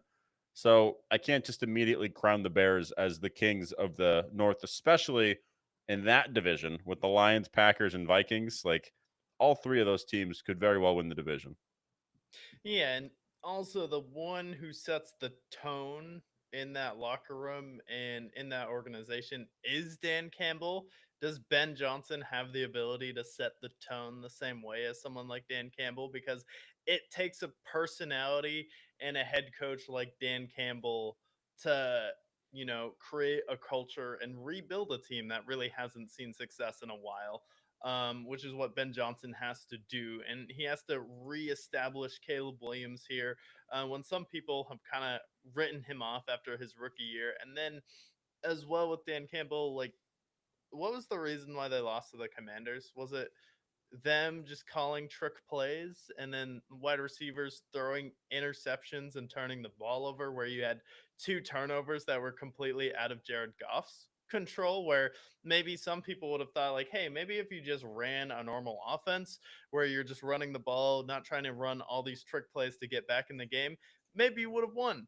And it seemed like a lot of the blame gets put on Dan Campbell, but like you can also heap a huge portion of that on a Ben Johnson's play calling. And maybe that was just Dan Campbell needs to learn his lesson. Like maybe you can't just let someone like Ben Johnson or your offensive coordinator just have a long leash where they just do whatever they want, because it felt like some of the play calling in that Commanders game was what ultimately led to their downfall. Yeah. Plus, also their defense falling apart, and Aaron Glenn not being a very good defensive coordinator. I'm sure he'll be just great with the Jets, but I agree. I think that it's not it's not a clear picture.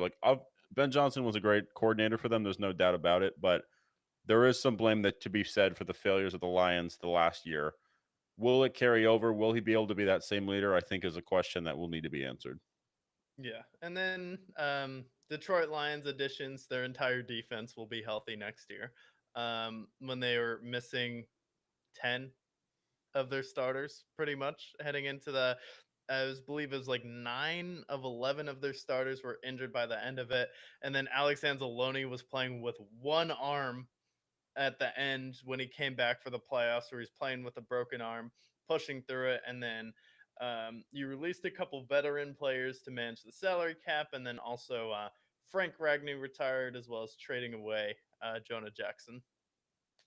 Yeah, so they got to retool their offensive line. I think based on what we've seen with Brad Holmes and Dan Campbell, I think their offensive line will be fine.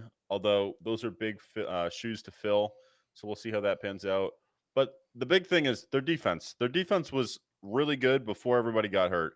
Aiden Hutchinson was Defensive Player of the Year before he got hurt. So as long as they can all stay healthy, I think their defense is going to be formidable. They get a new defensive coordinator. There will be some growing pains, but I think this team is still going to be top contenders in the NFC, and I think that they should be the favorites for the NFC North.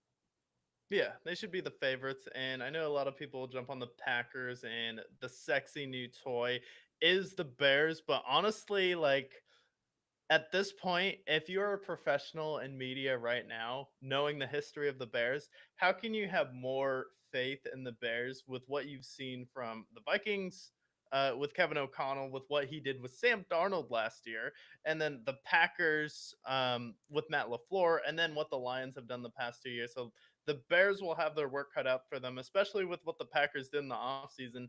They signed Aaron Banks to strengthen their offensive line, lost AJ Dillon in free agency, but they focused in the draft on getting Jordan Love some help.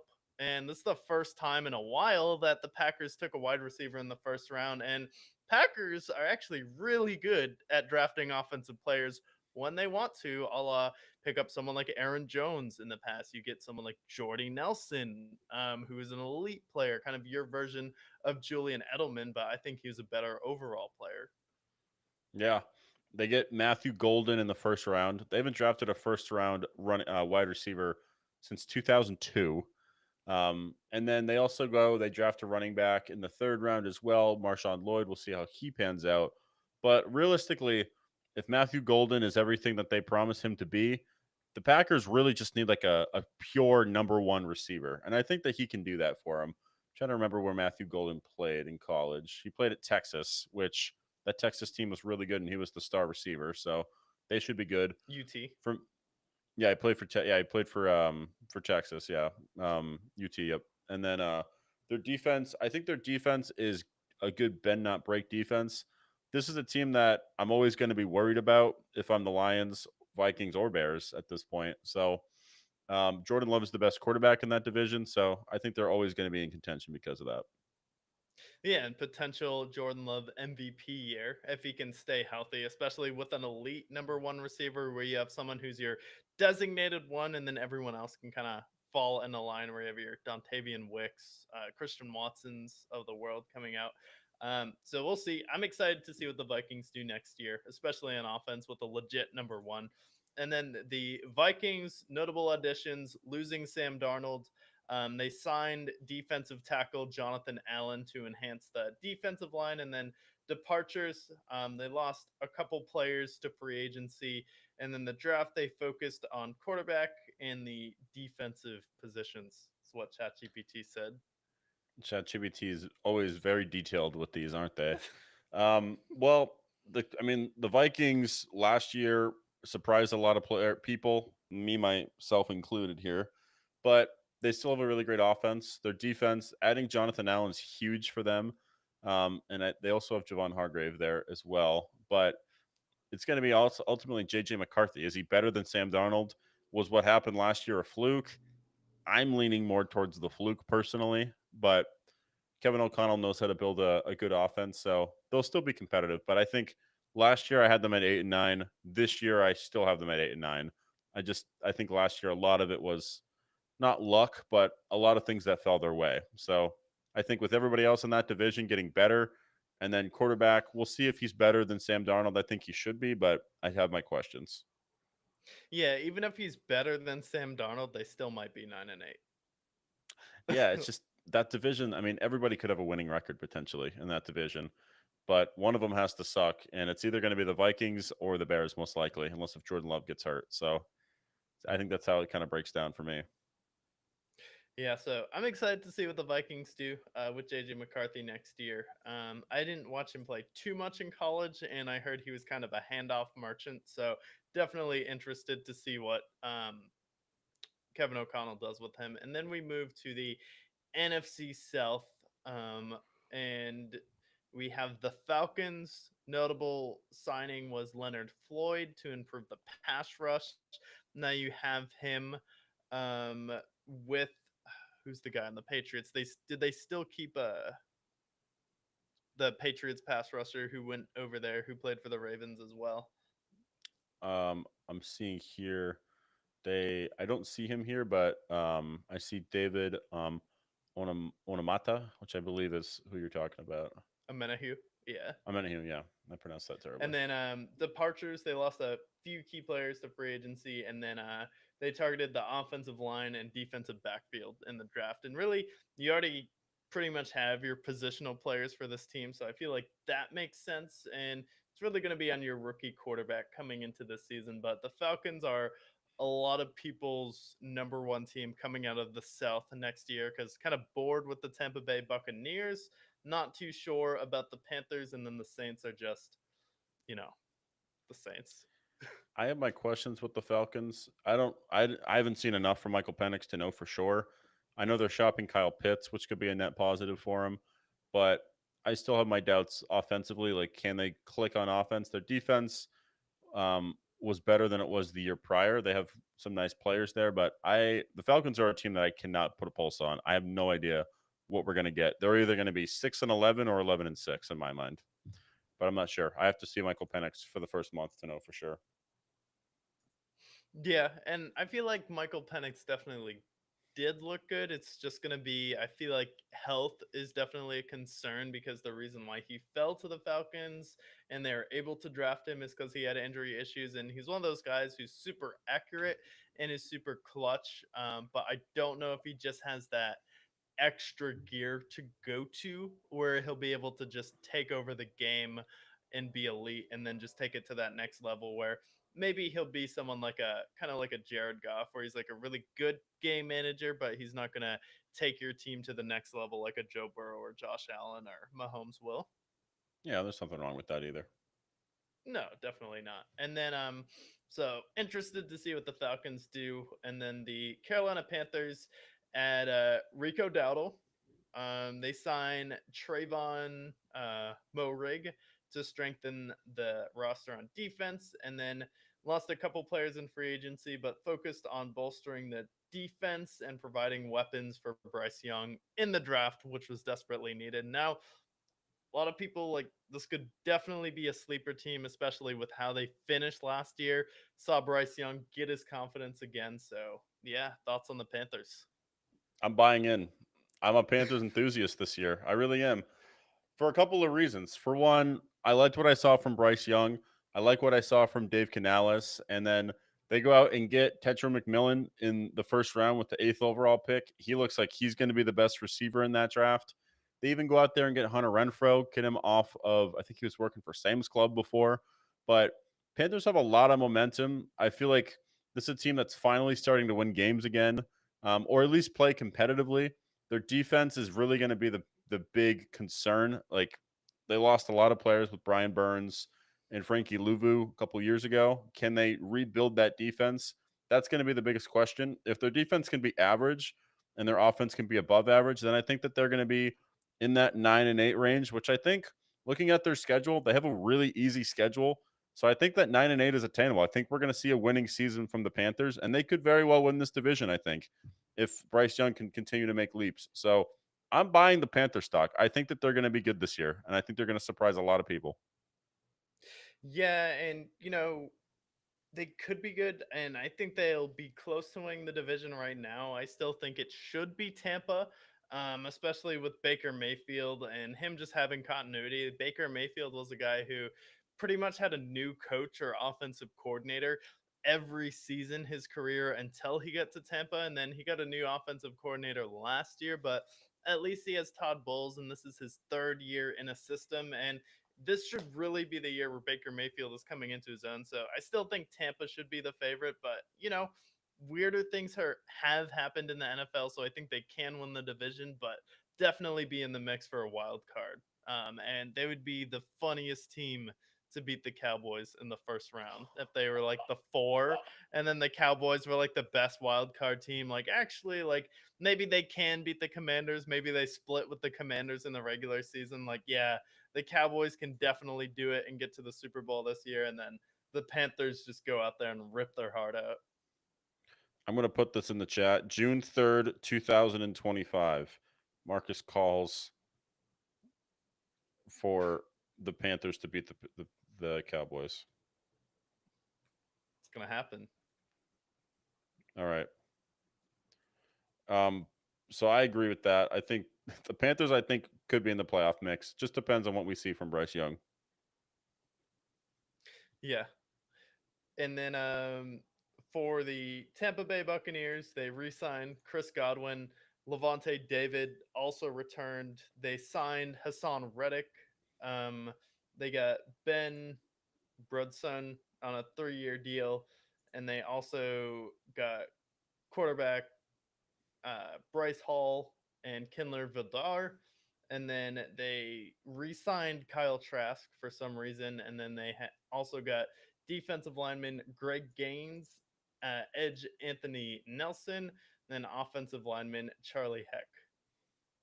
Yeah, I think the Bucks, they've won the division, I believe, what, 4 consecutive seasons now, pretty much since Brady joined, and then Baker came in and immediately did the same. So this team should be the favorite. My only concern with them is that they are a little older now with their defense, with Hassan Riddick, Levante David.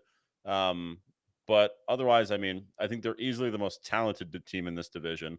Bucky Irving proved to be an absolute menace to society. And honestly, if you look at Bucky Irving's ascendance in the NFL to Bucky's, the grocery store's ascendance, they go hand in hand. I mean, Bucky Irving, Bucky's grocery store.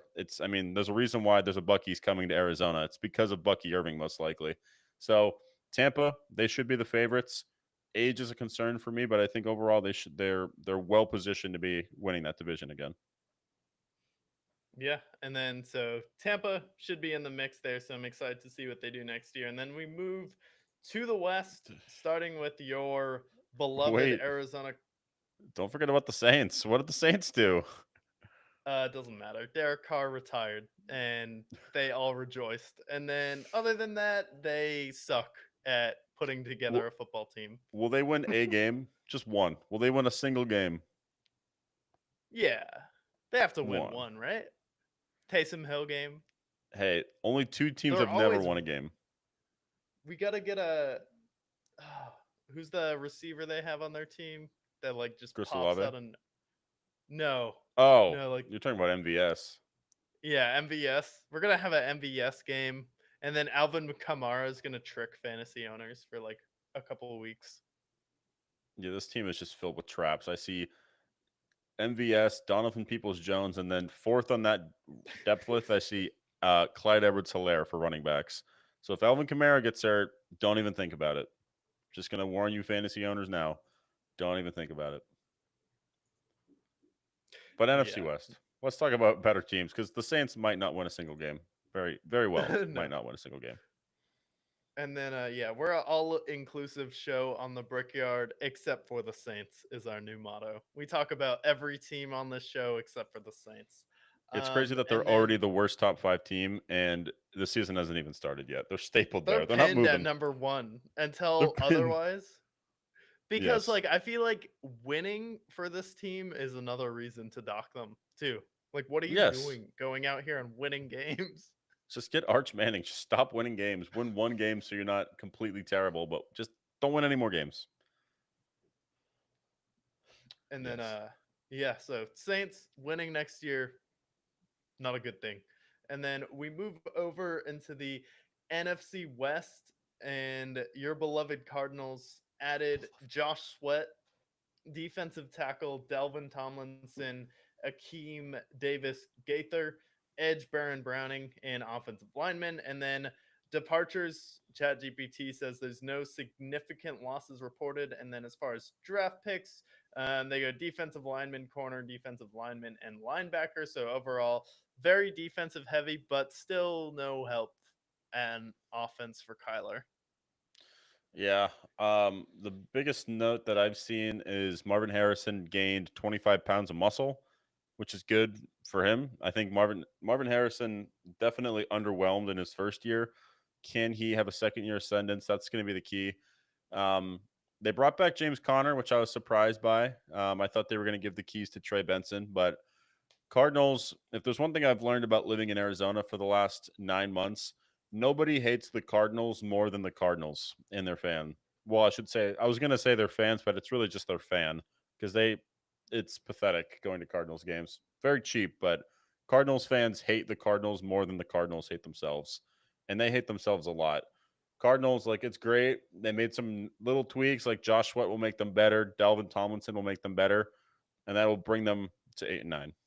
They're going to be they're not going to have a winning season. They'll be 8-9, and then Kyler will go somewhere else probably. Yeah. So we'll see what happens with the Cardinals next year. Maybe they'll fire Murph from Impractical Jokers after another Please. disappointing season on offense. And then we move over to the Rams, and then they acquire Devontae Adams. They re-sign Elric Jackson and defensive tackle Puna Ford. And then they released Amari Cooper, lost Jonah Jackson. They lost Cooper Cup. And then they also lost Makai Becton and Mitchell Hoyt. Um, they made a significant news move bringing in Devontae Adams, though, and then mostly focused on defense in the draft as well. Devontae is a nice addition. He's still really good, and they pair him with Puka Nakoa. Plus, they have Kyron Williams. Plus, they have Tyler Higbee, who's always reliable. Plus, they have Matt Stafford, and their defense was surprising last year. Rams, I feel like they were the ones that went the closest to beating out. I want to say, who did they lose to last year in the playoffs? Was it the Eagles? Yeah, the Eagles game, they were the closest then and almost That beat was a them. snow game, too. That was That was a snow ridiculous. game. This is a Rams team that could very well win the Super Bowl next year, or at least make the Super Bowl with what they did. And they add Devontae on a cheap deal. This Rams team's dangerous. I think they definitely win their division. But yeah, this team's scary. I think they definitely go back to back, win the division a second time. Yeah. Matthew Stafford just gets remembered as the career killer. Like he makes the Super Bowl against Josh Allen or Lamar and then ends their career too after he ended Joe Burrow's career. So then he's just notoriously known as the guy who made sure that Josh Allen and Joe Burrow never got a Super Bowl. Just think about it. Imagine if Joe Burrow makes it back to the Super Bowl and he faces the Rams and the Rams beat him again and he just becomes the Super Bowl loser. Oh, that's an arc I don't want. But Matt Stafford, I like Matt Stafford. It's all right. But the Rams, that would be funny. That would be comical. Yeah, so we'll see. And then the 49ers, they paid Brock Purdy a lot of money. And then they traded Debo Samuel, lost Trey Greenlaw, and then they also lost Talona Hofungu. and then they made a couple moves to maintain their competitive edge, focusing on strengthening the defensive line. However, the loss of Debo could impact their offensive dynamics. And Debo is kind of getting old, so I really don't mind them trading him at all. And then also, you had just paid Brandon Ayuk a bunch of money, and then he'll be back next year. So I feel like it was time to get rid of Debo Samuel. Yeah, he was starting to show signs of regression. You have Juwan Jennings, who's been effective for you. You still have Brandon Ayuk, who's coming back. Like, it just made sense for them. They're still going to be good. They had a lot of injuries last year. They kind of fell apart after the Super Bowl, like they normally do. So this year, they think they should be competing with the Rams for the division. And then if I have to shout out one of their rookies, who definitely passes the name test, how about corner Upton Stout? That's a game that I think could very well pan out. Upton But yeah, Stout, Niners. yeah. I would still take the Rams to beat them for the division, but they're still going to be competitive. Yeah. Um, and I think, I don't know, with the Niners, it's just like, eh, it's just mild. It's just like, I have no strong feelings. Like, yeah, they're definitely going to get back to the Super Bowl and win. No, they won't. They're definitely going to be terrible. Like, no, they won't be. Yeah, they strike me like 10-7, and then I think the Rams would be like 12-5. But I don't think the Niners peak is what we saw making the Super Bowl and losing to the Chiefs in overtime. But I don't think they're ever Yeah. making it back to the Super Bowl with this iteration and potentially with Kyle Shanahan. Also, like, too, like, is this the year Kyle Shanahan's going to be like, I can't do it with this team? And then he just leaves, packs up his bag, goes somewhere else. And they're stuck with Brock Purdy for 5 years. That could be tough. Yeah, I can see Losers, it. what a prank. I got Oh, Brock Purdy paid and then bounced. the ultimate sacrifice. That's nuts. And Yeah, because now, if he's like the heir to Andy Reid, which is my theory, like personally, I think he's like the heir to Andy Reid, and because like they have a very similar career where Andy Reid like kept getting to the conference championship, made it to a Super Bowl and lost, but he was known as a choker before Patrick Mahomes because you remember the 28-7 game versus Andrew Luck. That was I kind of do. Andy Reid's signature game in a lot of people's minds, and it's similar with Kyle Shanahan. So I feel like, if he's like the heir to the Chiefs, like that kind of makes sense and he can follow in Andy Reid's footsteps. But I feel like when it's all said and done, he will find his Mahomes and their careers will be pretty similar. Even if he doesn't win 3 Super Bowls, he should at least win 2. Yeah, I can agree with that arc. Do you think that that would mean Andy Reid retires this upcoming offseason potentially? Yeah, either that or he just ends up coaching Arch Manning, something like that. I can see that happening. I think it's due. I mean, he's been with the Niners now for almost a decade. You've made 2 Super Bowls, you've had multiple conference championships, but eventually it's like when you get to this decade level of success, like eventually there needs to be change if there's no rings. At least with some of these other players, like Mike Tomlin's won a Super Bowl, made it to another one. Obviously with Belichick, Andy Reid made a Super Bowl. Like eventually you got to actually win the Super Bowl before they have to start reconsidering. Yeah, and guess what? It worked out for the Eagles too.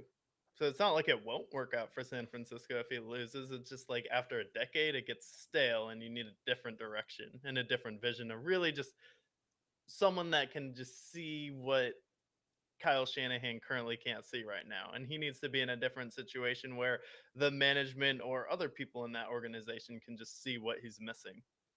Exactly. I see the vision.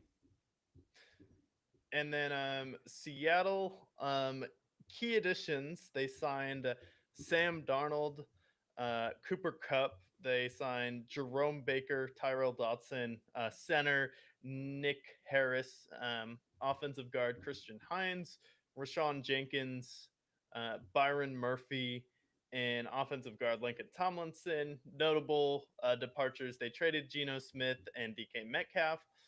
Jamal Adams, Jordan Brooks, and Bobby Wagner are all gone.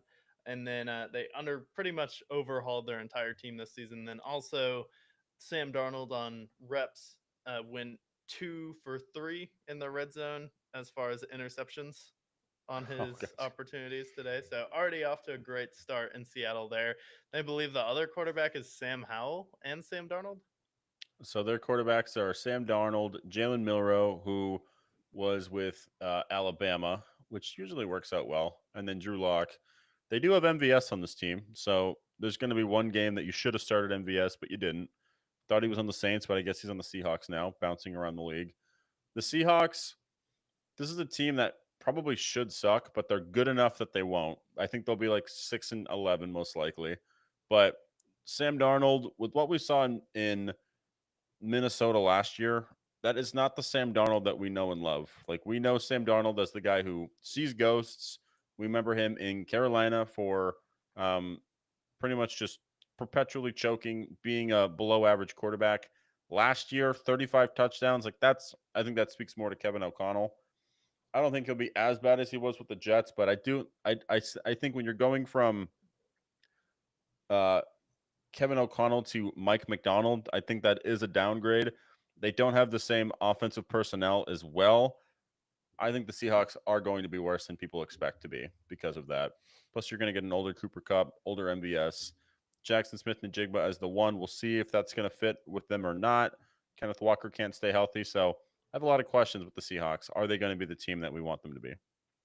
Yeah, and there's a weird Drew Lock fan club out there. Don't forget from the end of last season when I told you about it, but they're like, I don't know. Drew Lock, wasn't he the guy that went out there and beat the Eagles on Monday Night Football? Played pretty good that game versus the Eagles, even One though they game. were in a generational slump that season at the end of the year. That was the year that they lost every game and then get destroyed by Tampa. Yeah.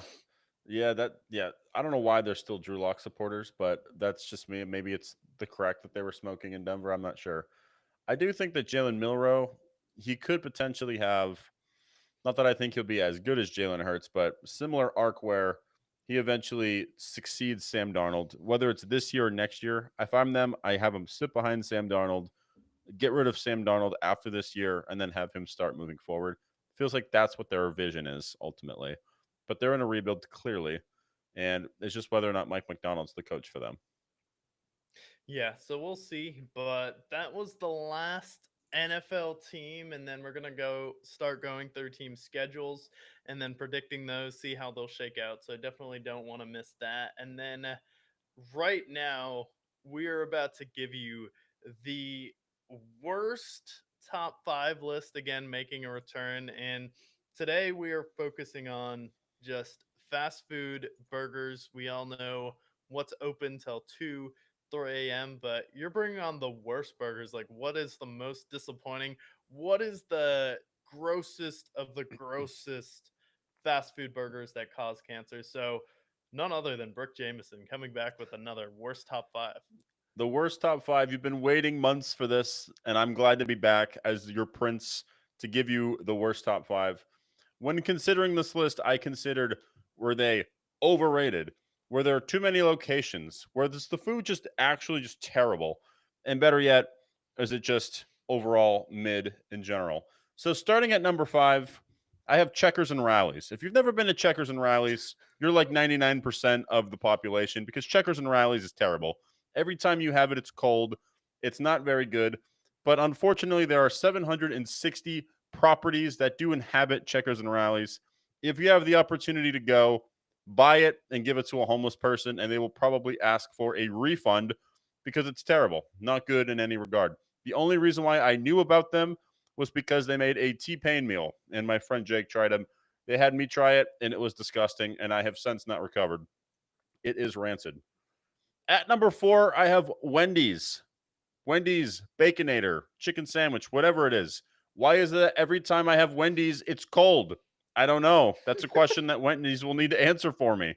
Naming your burger joint after a female daughter of yours, odd choice. 7,000 locations. I wish you had zero. At number three, this is going to be a controversial choice, but I feel strongly behind it. I feel like if you're going to assess a good burger joint, they need to have a good burger, a good shake, and a good fry. And that is why In-N-Out is at number three. You don't have a good shake. Your shake is extremely below average. Your fries taste like sponge.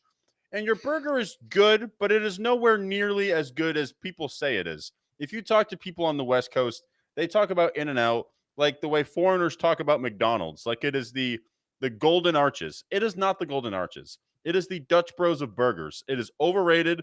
There's always a huge line. And ultimately, if you can't get a good burger, shake and fries combo, and if two of the three suck and one of them, the burger that is good, overrated, it's not worth it. So therefore, I think In-N-Out is extremely overrated.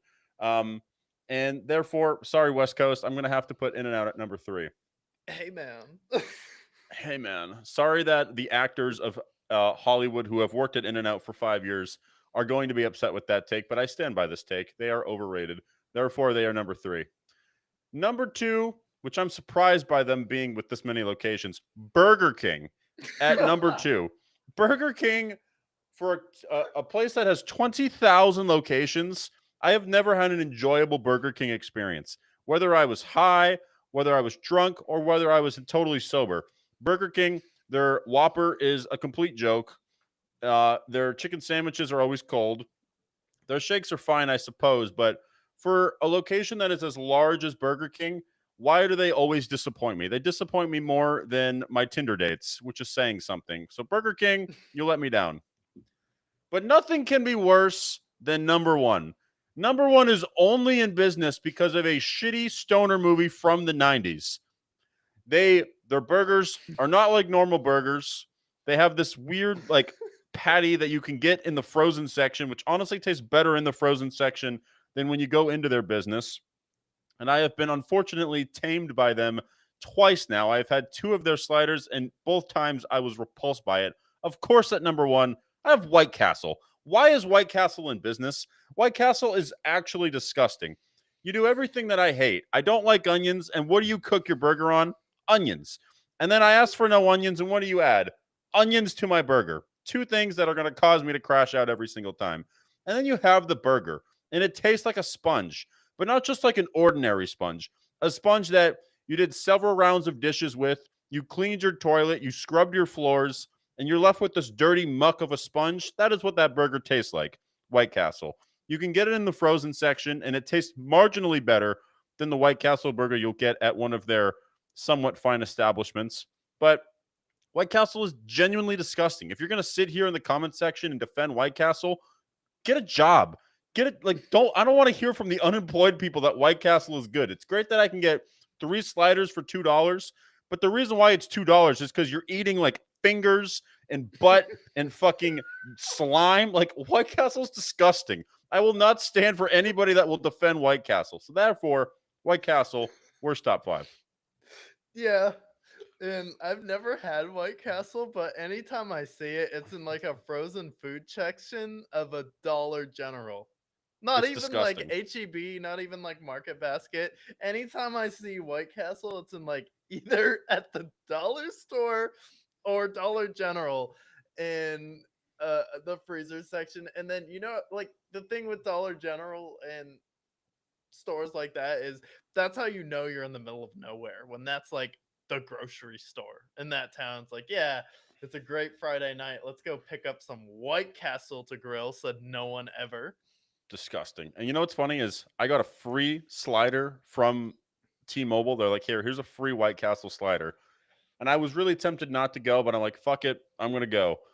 And I got the slider, and I genuinely wanted my money back. And I didn't spend any money on it. And that's how you know it's bad. When you get a free slider and you regret it. If I got a free slider from anything on the top 5 burger spots, I'd be over the moon. But instead, I get a free White Castle slider, and I'm repulsed by it. The next time I get a free slider, I'm going to buy it and throw it in the trash and then ask for a refund because it's disgusting. White Castle is a disgrace to burgers. Yeah, no, it's definitely a disgrace. And then to go down your list, like Burger King is only in business because of vegans. Ugh, that's The even worse. Impossible Burger. Like that's the only reason why they're in business. Like anyone else who goes to Burger King, shame on you. It's 2025 and you're going to Burger King. Shame on you at this point. Like honestly, like you're the reason why cancer exists is because you continue to go to Burger King. Like you're literally causing cancer when you go to Burger King. And then Wendy's, like I went through a period in like high school where I just didn't eat fast food for a little bit, and then I sat down, had like one bite of a baconator, and wanted to throw up. And I'm like, this is disgusting at this point. Like the frosty is pretty good, but at the same time, it literally tastes like baby formula. It's like the same Yeah. consistency, and that's what they make it out of. If you watch McDonald's, the like McDonald's movie, like Michael Keaton's character is trying to get them to switch over to like the powdered ice cream, and he's the one who ruined McDonald's essentially. Another good movie if y'all haven't seen it, with Ron Swanson playing Ronald McDonald. Yeah, I just think with all the ones that I mentioned, either they're overrated, they are there's too many locations for how bad the food is, or in this case in White Castle, there's literally too many locations. It's terrible food, and it's a disgrace. And the only reason why White Castle is even considered is because of Harold and Kumar goes to White Castle. And Yeah. honestly, watching that movie after going to White Castle, those guys are just losers. Like they just need to get a job, find a nice business they can start, but going to White Castle as your final destination, driving hours to go to White Castle, y'all are losers, low key. Like this is what ruins people who smoke weed. It's for people who think of Harold and Kumar as the face of weed comedy. It's just not true. No, it's not. It's Cheech and Chong or it's That 70 Show. That 70 Show is the peak of weed humor at that point. And then Exactly. too, like I agree with In and Out. Like for me, like In and Out is fine, and that's it. It's fine. But But like for me, I'm like in Texas, so there's like too many options that are just better. the reason why you go to In and Out is because you go to the West Coast and it's like the McDonald's of the West Coast. But the difference is that it doesn't have a good breakfast. It doesn't have any breakfast. McDonald's does. Therefore, McDonald's wins. And secondly, there's always a huge line. The one thing I'll say is that it's affordable. It's cheap. Cool. That's awesome. But you have to wait 20 minutes in line. Your burger will be good, but not great. And then your shake sucks and your fry sucks. So it's just like, what's the point? Is their chicken even good? Like I don't think they don't even have chicken. It's either a single or a double. That's it. And God forbid you don't order it animal style. If you don't order it animal style, you can't eat it. And their fries taste like sponge, and not a good sponge. yeah. Yeah, I mean, I've like had no desire to go back to In and Out. Like I had it, I'm like, oh okay, that's cool, that's fine. But But is we it live in a city now, so we have like so much more better options. yeah, I get if it's like your only spot in rural California, but like it's like the McDonald's of the West Coast, but McDonald's was also founded in California too. And McDonald's got the snack wrap. McDonald's has the McChicken. They have their breakfast, which is by far the best fast food breakfast. Maybe we have a list like that someday. And McDonald's is way more The iconic double than In-N-Out. cheeseburger on like the $2 menu now, also Yeah, like iconic.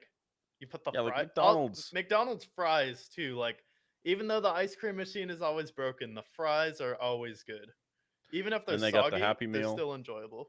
They got the Happy Meal. I feel like if you're coming from a foreign country, like you should go to McDonald's. Like McDonald's is so much more iconic. And like In-N-Out, they try to stay with like the old fast food way, but their burgers are fine. I'm not dissing their burger. Their burger's okay, but there's so many other better burger spots that can give you a good shake and a good fry at the same time. And In-N-Out just frankly can't do that.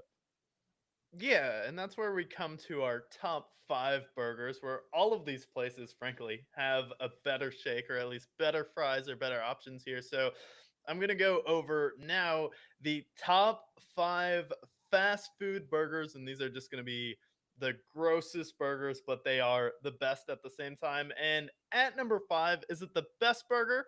Maybe not, but do they have really good fries and is it really affordable for the budget? Absolutely. I have P. Terry's. It's a Texas staple right now. It's not a national one, but hey, you can go out there, spend $30 and feed a family of 5. It's just one of those places. And the burgers there are excellent. You get the pepper jack cheese, gets a little bit of heat, and then you can get the fries extra crispy. And also their shakes are absolutely fantastic. There's one on 6th Street that's open until 4 a.m. Don't ask why I know that, but P. Terry's just comes in clutch. It's affordable, and the burger is definitely passable, and everything else there. You can literally get a loaf of banana bread at this place. It's great.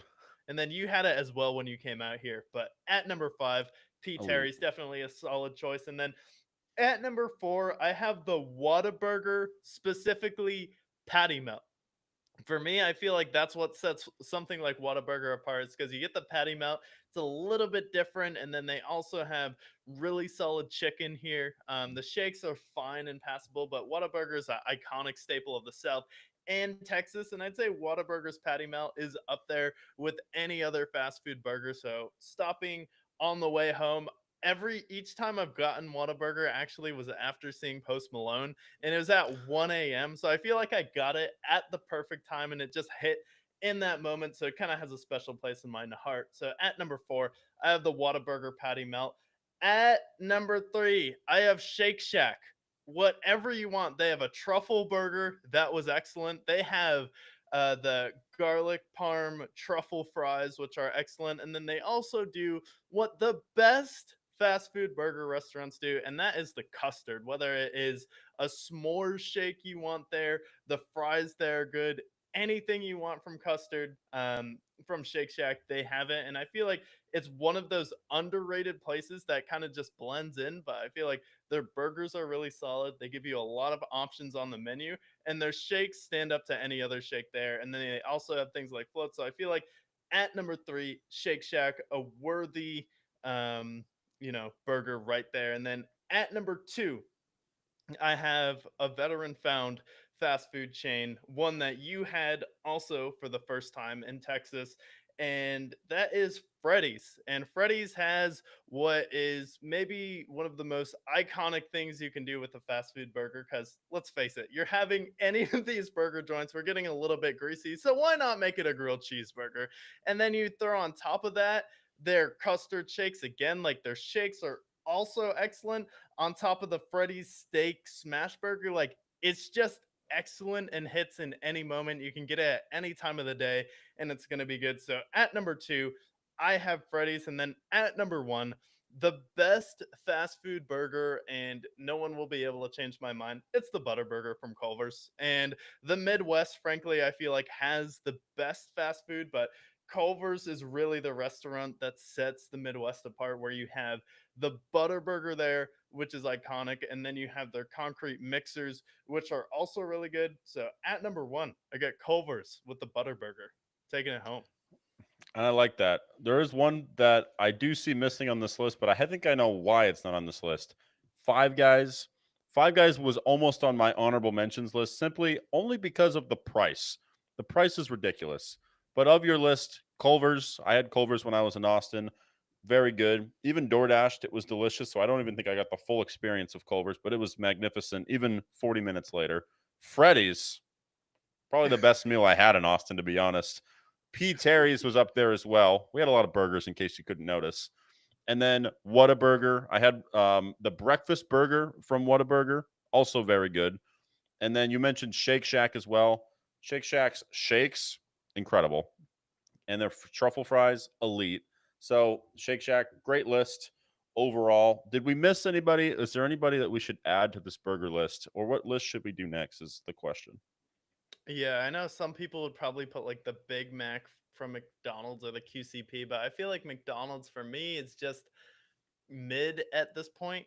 It has like the national recognition, but I feel like something like Freddy's, Culver's, and Shake Shack, what they have is it kind of just feels like a next level experience where like they have a really solid interior design, and also like just the shakes are so much better and their ice cream machine isn't broken all of the time. And that should count for something. But I like this list. I feel like we properly roasted and appreciated those who deserve to be appreciated and roasted. Yeah, and then we also have what have you been watching this week, or listening to right now? One of the most sought after segments on the internet right now, some say. Yeah, a lot of people talking. What have I been watching? What have I been watching recently? Well, I have Max, and I decided, after going through all of our big budget movies, I figured I'd start with a classic. So I watched the original Superman with Christopher Reeves, and a lot of influence there. A lot of one of the movies that helped superhero movies become more mainstream, helped legitimize the superhero genre. Um, Rewatching it, it has aged quite a lot, technology wise, plot wise. A lot of confusing plot points in the movie, but overall, great movie. We like Christopher Reeves a lot, unlike Eminem. But um, just a lot of the effects, goofy as hell. There's a scene where he's getting bullied, so he misses the train somehow. And then you see him running past the train, but the legs are moving really fast, but he's not. That was a good scene. And then the villains in 70s superhero movies are second to none. I'm going to see if I can find a picture of the villain from the original Superman. But this guy, it's a good thing that I was heavily intoxicated because otherwise, I don't think I could have actually watched this for real. But very funny. General Zod is his name. Looks like he was straight out of a gothic horror movie, but honestly, I appreciate it. Then you go to like Superman 4, where some of these supervillains are extremely corny. I think you see the guy Nuclear that is Man. in Ted. But super funny, great movie, very influential for the superhero genre. Christopher Reeves became an icon from the Superman franchise. I do think that they need to make another Superman movie soon, and I do plan to watch Man of Steel shortly after. Yeah, Man of Steel is a good movie. There's a new Superman movie that's gonna be a soft reboot for the DC EU coming out. So it's gonna hopefully launch a new universe for them if they can pull their act together. But they're putting a lot of faith in James Gunn, so we'll see. And then, but yeah, I liked Christopher Reeve's Superman. I rewatched that movie recently as well. I believe I fell asleep during it, but I just remember it felt very like 50s. Like he was very like 50s style Superman. He was like straight out of a 50s barbershop and it was very like kind of just like that old like kind of like I don't know, hokey dokey type Innocent of is the movie. word I'd use. It's very innocent, and I definitely think the movie start. I mean, I had to watch the first. It took me 3 parts to watch the first hour of the movie, which is just when he becomes Superman. He's like this teenage boy, and then he grabs this sword from the ground, and then goes to this ice castle, and then now he's Christopher Reeves, and now he's Superman. I'm like, okay, doesn't make sense, but cool. But it is definitely a little. Yeah, I think the word I would use is like innocent. It's like listening to 50s music. You feel like we've become so corrupted from pop culture sense that you watch this, you're like, oh, this is an innocent superhero movie. It's not dark like the Dark Knight series, and it's not goofy like the Batman movies of the 80s. It's somewhere back where, our faith in humanity isn't quite lost. So superhero, I'm going to watch the Henry Cavill Superman. I feel like that's the one I'll probably appreciate more. Yeah, I like the Henry Cavill Superman a lot. And I feel like that movie has aged really well. And if it came out today, it would have been appreciated. And I feel like it's definitely criminal that we got Wonder Woman, and we got a sequel to Aquaman as well before we got a sequel to Man of Steel. Man of When Steel that is came Henry out, like, Cavill, right? yeah, that one came out in 2013. Batman versus Superman came out in 2016, but like we got two Aquaman movies, but we couldn't get another Henry Cavill Superman movie. Like I just that feel was like pretty disappointing. I feel like Henry Cavill fits the part of Batman better than really any other actor too. He just seems he has the most Superman demeanor. I feel like of all the actors that have played him. Yeah, no, he definitely has the look. I get why people like Christopher Reeve because it's kind of like that more wholesome, innocent one. But I feel like Henry Cavill does like a good job of like kind of capturing the weight of just being Superman and kind of like the darker elements, and he just has the look. I mean, he has the jawline. He just has the facial structure to be Superman. He looks like Superman in real life. So like he was kind of just one of those roles he was born to play, even though like Yeah, him and Christopher Reeve are just they're both great for different reasons. So it's like kind of like comparing different eras in sports. Like Christopher Reeve was great as a Superman for that time period, and I feel like Henry Cavill was really good as like a modern portrayal as well. Where I feel like if you try and do like that 50s kind of like it just doesn't have the same maybe in like the 2010s didn't have the same like gravity as it would maybe like if the new one has it where people are looking for a little bit more nostalgia now. yeah, I can agree with that. I'm excited to watch. I don't think I've ever seen Man of Steel. I remember seeing. I watched. I think Superman, and Spider Man were probably my favorite superheroes growing up. So I'm interested to dive into the Superman universe because, especially if they're making a new one, I feel like now is a good time to see to see the old ones and see which ones are good and which ones aren't. Because I don't think they've explored enough of the Superman story enough. Yeah, they can. There's definitely room to do a lot more with it, especially for a modern Superman. Like we've had how many Batman movies compared to Superman movies, or like even Spider-Man movies, where it felt like Superman was kind of the top dog when it came to superheroes back in the day, over Oh yeah, Batman and Spider-Man. But they just can't figure him out. It's it's like really hard when you have a character that powerful to create a compelling reason why someone could challenge him in a movie. yeah, that's true. So I'll watch Man of Steel probably by this upcoming week. But liked what I saw with Spider with the original Superman movies. I'm gonna try to watch. I heard the fourth one is the worst one, and that's the one I want to watch because it seems like that's kind of right up my alley. I like bad superhero movies, honestly. It's definitely like Batman and Robin quality level. You have Nuclear Man, and it was at like the height of the Cold War, so it literally felt like the CIA handed them the script for this movie and cashed Okay, in on their Hollywood budget. okay, good to know. I'm gonna have to watch that. But what have you been watching? Yeah. So this week I rewatched Nope, and I kind of get why it got as much hate because I watched it in theaters and thought it was really good. It was a cool concept where the UFO is actually like a monster itself, but when I rewatched it, I wasn't intimidated or like scared at all. I'm like, this has like really good atmosphere to it, but I just don't like or care about the main characters at all, and they have like no like charisma really. And I feel like sometimes with like Jordan Peele's movie, this is like the movie where it started to feel like Jordan Peele was just into Jordan Peele a little bit too much with his twists, and just the end where it kind of turns into a monster. I went from like really loving this movie to rewatching it over 2 years later to just like that was fine, but I don't think I like have any desire to go back and watch it again. Like the monkey scene is really shocking, but when you see it coming in the movie again, doesn't really have the same impact, as well as like once you know the twist that the UFO is kind of this monster, like it's not really that scary to me, to be honest. And like it kind of they show it a little bit too much in the movie. I feel like where I feel like it should really stay in the clouds, and I feel like you really shouldn't see it and maybe till like the end of the movie. And I feel like that's what a really good horror movie does well. Like Jaws, like you rarely see the shark at all. Where this movie, I felt like the UFO needs to be a little bit more ominous than it was rewatching it because it just didn't really have any rewatchability that Get Out did, where I noticed a lot more things when I rewatched it, or even Us, which is my favorite movie that he's done.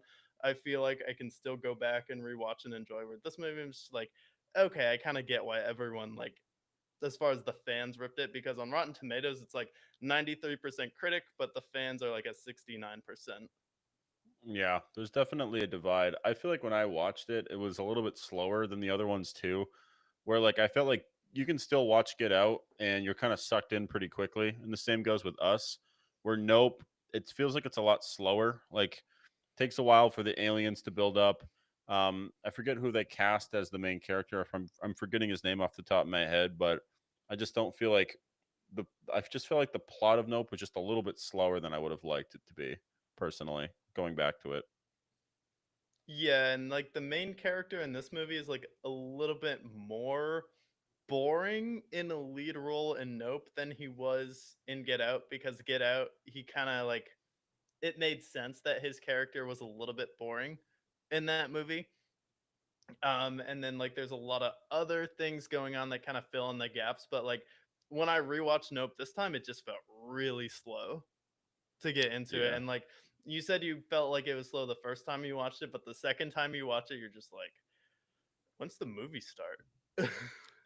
Yeah, I just especially with the trailers, like I like the concept of aliens being in the clouds, and that's a theory that I think I probably carried over into real life. I think I can actually believe that theory, but I just think that it was really slow when I watched it, and it just didn't give me like a much as much replayability as I would have liked. So maybe I'll go back and watch it, but I think that of the three movies he's released, that's the weakest link. Yeah, for sure. And we'll see if he bounces back with his next movie, but I still really like Get Out, even though it is kind of corny in some parts when you rewatch it. And then Us, I feel like, is his strongest movie just with the spectacle of it. And then I really like the score as well. I feel like it adds a lot to that movie. But like overall, like just going back and comparing Nope to Signs, like I feel like Signs maybe isn't as good of a concept, but I feel like it's a lot more entertaining to rewatch. I don't know if you've seen that movie. I don't think I have. Is that another alien movie? Yeah, Signs is a M Night Shyamalan movie with Mel Gibson and Joaquin Phoenix. Oh, okay. That looks really good. They have Rory Culkin in there as well. Yeah, Cool. I might have to check that out. I've heard of it, but that looks like that's like the peak of M Night Shyamalan too, when he was making good movies yeah, that was like his last good movie before he ruined until his career. Split. Yeah, Yeah, before it all went to shit. But that's cool. So you watched Nope. I watched Man of Steel, or I watched Superman 1. Um, but yeah, we will keep updated with what we've been watching moving forward. Obviously, we got the NBA Finals as well. Um, Going into this, we previewed it a lot last week. Do we want to touch on it all about the NBA Finals moving into it? yeah. We can give like our official predictions before we sign off for the NBA Finals. And do you want me to go first with mine, or do you have a strong sense of where you're going with this? I have a strong sense. I think that what's going to happen, these two teams, I think, are very similar with their play styles. Both of them have a very fast paced offense. And then defensively, OKC is probably the better defensive team. But I also think that Indiana has nothing to lose. And I feel like we both have said, but going into this playoff run, I felt like the Pacers were the most underappreciated team. And now they're finally starting to get their dividends. They remind me of the 2019 Raptors, where I think that if we look at Golden State in 2019, they were the better team. But ultimately, it was the Pacers that pulled it out because of their clutchness, because of their animosity and how they play. They play hard. Where I've seen Oklahoma City, when they are troubled, they do take a step back and they don't play to their full capabilities. I think this is going to be a 7-game series, and I have my heart set on the Pacers winning this series. I think we are going to see an upset. Thunder are the overwhelming favorites. They've won 68 games and they have the right to be the overwhelming favorites. But my heart is saying that the Pacers win this in 7. Yeah, and I kind of like have that feeling too with the Indiana Pacers because when you look at it, it like makes sense for the Thunder to go out there and win. Obviously, they're a 68 game team, and can I see them starting the series out 2-0 and winning? Absolutely, but just with the way that the Pacers have been able to erase deficits, they have someone in Pascal Siakam who now went out there. He's the Eastern Conference Finals Larry Bird MVP, and he's someone who's been to the finals, so he's been there and done that, especially a team that went up against the Steph Curry led Warriors, even if it was without Kevin Durant. And then you have a giant coaching mismatch as well, where, you know, the Thunder's coach has done well for them and they've had a great season this year and they made it to the NBA Finals. But Rick Carlisle also pulled up arguably one of the greatest playoff runs in NBA history, where he beat the Lakers with Kobe and Pau. He beat the KD Thunder, and then he ends up getting to the finals. And then it was going to be not one. Remember, it was not one, not two, not three, not four, not five with the Miami Heat. And it's like, well, actually, it's just not one. When they ran into Dirk Nowitzki with the flu, with Jason Terry, Sean Marion, and Tyson Chandler. And the Mavericks pulled off one of the biggest upsets. So I do think with Rick Carlisle being the head coach there, the series is going to be really competitive. The way the Pacers have been able to erase deficits, and also this is going to be the series where it's like, all right, the starting Hartenstein and Chet together, is that going to work for the Thunder in this series? Especially when you have someone like Chet. Like, my question is, who's going to go out there and guard Pascal Siakam? And then now you're going to have a mismatch with Neesmith on the wing, and that's going to be adjustment that OKC is going to either have to get smaller or faster. But I feel like Rick Carlisle is definitely going to be able to expose that hole, especially for the Oklahoma City Thunder. And then it's also going to be now Jalen Williams is someone who played exceptional versus the Minnesota Timberwolves, but had his struggles versus Christian Braun and the Denver Nuggets. How was Nemhard going to be able to bother him? And then also Matherin coming off the bench. And it was the Denver Nuggets who pushed the Thunder 7 games with 4.5 starters.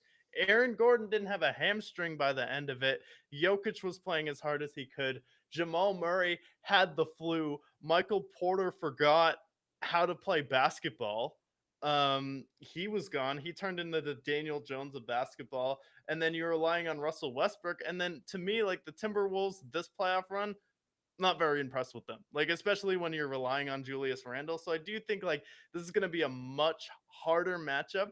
And I think the Pacers have the advantage just because everyone is going to pick the Thunder. And I feel like when you have a scenario where every single person on ESPN, every single person on FS1 is going to pick the Thunder outside of maybe Pat McAfee, like I feel like that's a clear indication that the Pacers are going to win, especially like the house never loses. So I feel like the Thunder again, it like could be just too obvious. I feel like it's going to go at least 6 or 7 games, but I feel like just the run that Halliburton is on with Rick Carlisle's the head coach, like the Pacers are going to come out on top as the NBA Finals champions. Like, what are we going to get from Jalen Williams and Chet Holmgren? And then are we going to be able to play Hartenstein as well? Like, that's going to be an interesting matchup for me.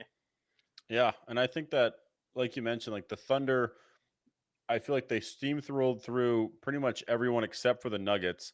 The Pacers can look back on that Nuggets series and see what worked, what stopped the Thunder, and I think Rick Carlisle is definitely capable of doing so. Plus, you look at the Pacers' run; they took down Giannis, they took down the number one seeded Cavs, and they took down the Knicks team that just dethroned the Celtics. They've had Injured the already an Celtics. amazing playoff run, and they're playing with house money, just like with the Raptors, like what we saw with them in 2019. It's very similar. You have Halliburton, who was rated the most overrated player, yet has a 35, 15, and 10 game with no turnovers. He's ascended as a superstar at this point, and he does have Siakam, and he has the probably the deepest team, not named the Thunder. So the Thunder, what they have against them is the pressure. Ultimately, obviously, it's the NBA Finals, but the Thunder easily have the most pressure. They have the 7th most wins in NBA history at this point. They have the MVP SGA, who hasn't shrunk yet in the playoffs, but the finals, like we've seen plenty of times, whether it was with LeBron or plenty of other examples, Kevin Durant in the OKC finals. Like you have opportunities like this, happens once in a generation. I think the Pacers are up for the challenge. The Thunder, they could be challenged with the amount of pressure that they have on them as the overwhelming favorites to win this series. Yeah, it's like everyone writing off the Pacers, and it's like I feel like the Pacers like have been undermanned every series. Do you remember when it was a clean sweep in round 2 where everyone picked the Cavaliers to beat the Pacers as well? And Mm-hmm. then everyone thought the Knicks were going to beat the Pacers. This is just one of those teams who's used to being overlooked. And, you know, you can always go through. I feel like it happens every series with them as well. It's like, well, they don't have the best team. It's like, well, all right. Well, how about in the playoffs, Miles Turner versus Hartenstein? I'll take Miles Turner. He's a player who can get in the post, score, play defense. Pascal Siakam or Chet Holmgren. I'll What do you take want? Pascal. I'll take Pascal. Neesmith and Lou Dort, a defensive specialist, but also Neesmith is the person who hits 6 threes in under 4 3 minutes. minutes. Yeah. In 4 minutes to come back Yeah. against the Knicks.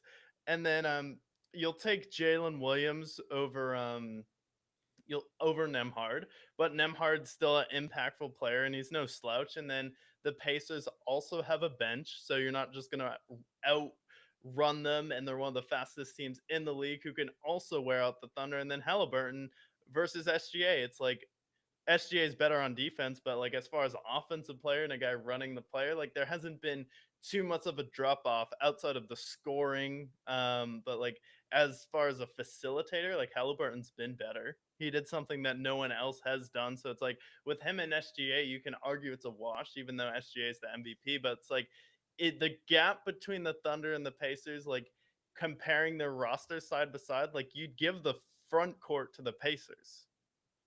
Yeah, I would agree. I think this is going to be a lot closer than people think. Right now, the Thunder are people are thinking it might be a sweep. They might think it might go 5. I think that even if the Thunder win, I think it's going to go 7 ultimately. I think we're set up for a really great NBA Finals, and I'm excited to see it. But I do think the Pacers are going to prevail ultimately.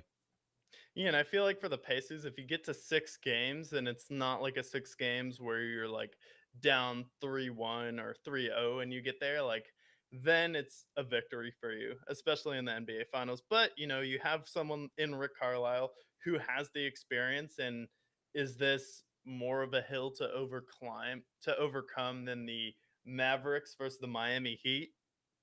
Absolutely not. And I feel like it's like definitely a closer matchup, especially when you go 1 through 5. Like you could take Pascal over Chet, you can take Miles Turner over Hartenstein. Neesmith and Lou Dort are kind of a wash at this point, especially when you consider offense. And then when it's Halliburton and SGA, they can pretty much just cancel each other out. And then you go to the bench, which is also even. But really, the X factor is going to be, is Jalen Williams going to play as well as he did versus Minnesota? That's the only question for OKC, because if he doesn't, you lose. If he does, we have a really competitive 7-game series. 100%. Plus, also, the Thunder have been out for a week and a half now. Have they lost a bit of momentum? I think I can see the Pacers going in there and winning game 1 potentially, especially with how they've handled every other series as game 1. I think we're in for them. Maybe they go down 15, but no lead is too short for the Pacers. They've come back in every single series and won a game that they shouldn't have. And I think that they win game 1. Yeah, Denver won game 1 too. Exactly. So I think I'm picking the Pacers, and I feel pretty confident in it. I might actually bet it potentially. Yeah, we'll Put, see. I put mean, some, you'll gain a lot more money than you'll lose if they win. So I think the exactly. bet right now is just for, if you bet it just to go past 6 games, you'll even make a ton of money. I think it will. I think it's going to go 7. Honest to God. But that is our prediction. Pacers in 7 is my prediction. You say Pacers in 7 as well? Yeah, I'll go Pacers in 6. Pacers in 6. We like it. But we picked the Pacers, which not many people are doing on the interwebs, but we are different than the rest of the shows. We are usually ahead of the curve, I would say 90% of the time. So remember this video and make sure to like and subscribe. Message before we conclude this live stream, however, message we leave with every live stream: stay brick.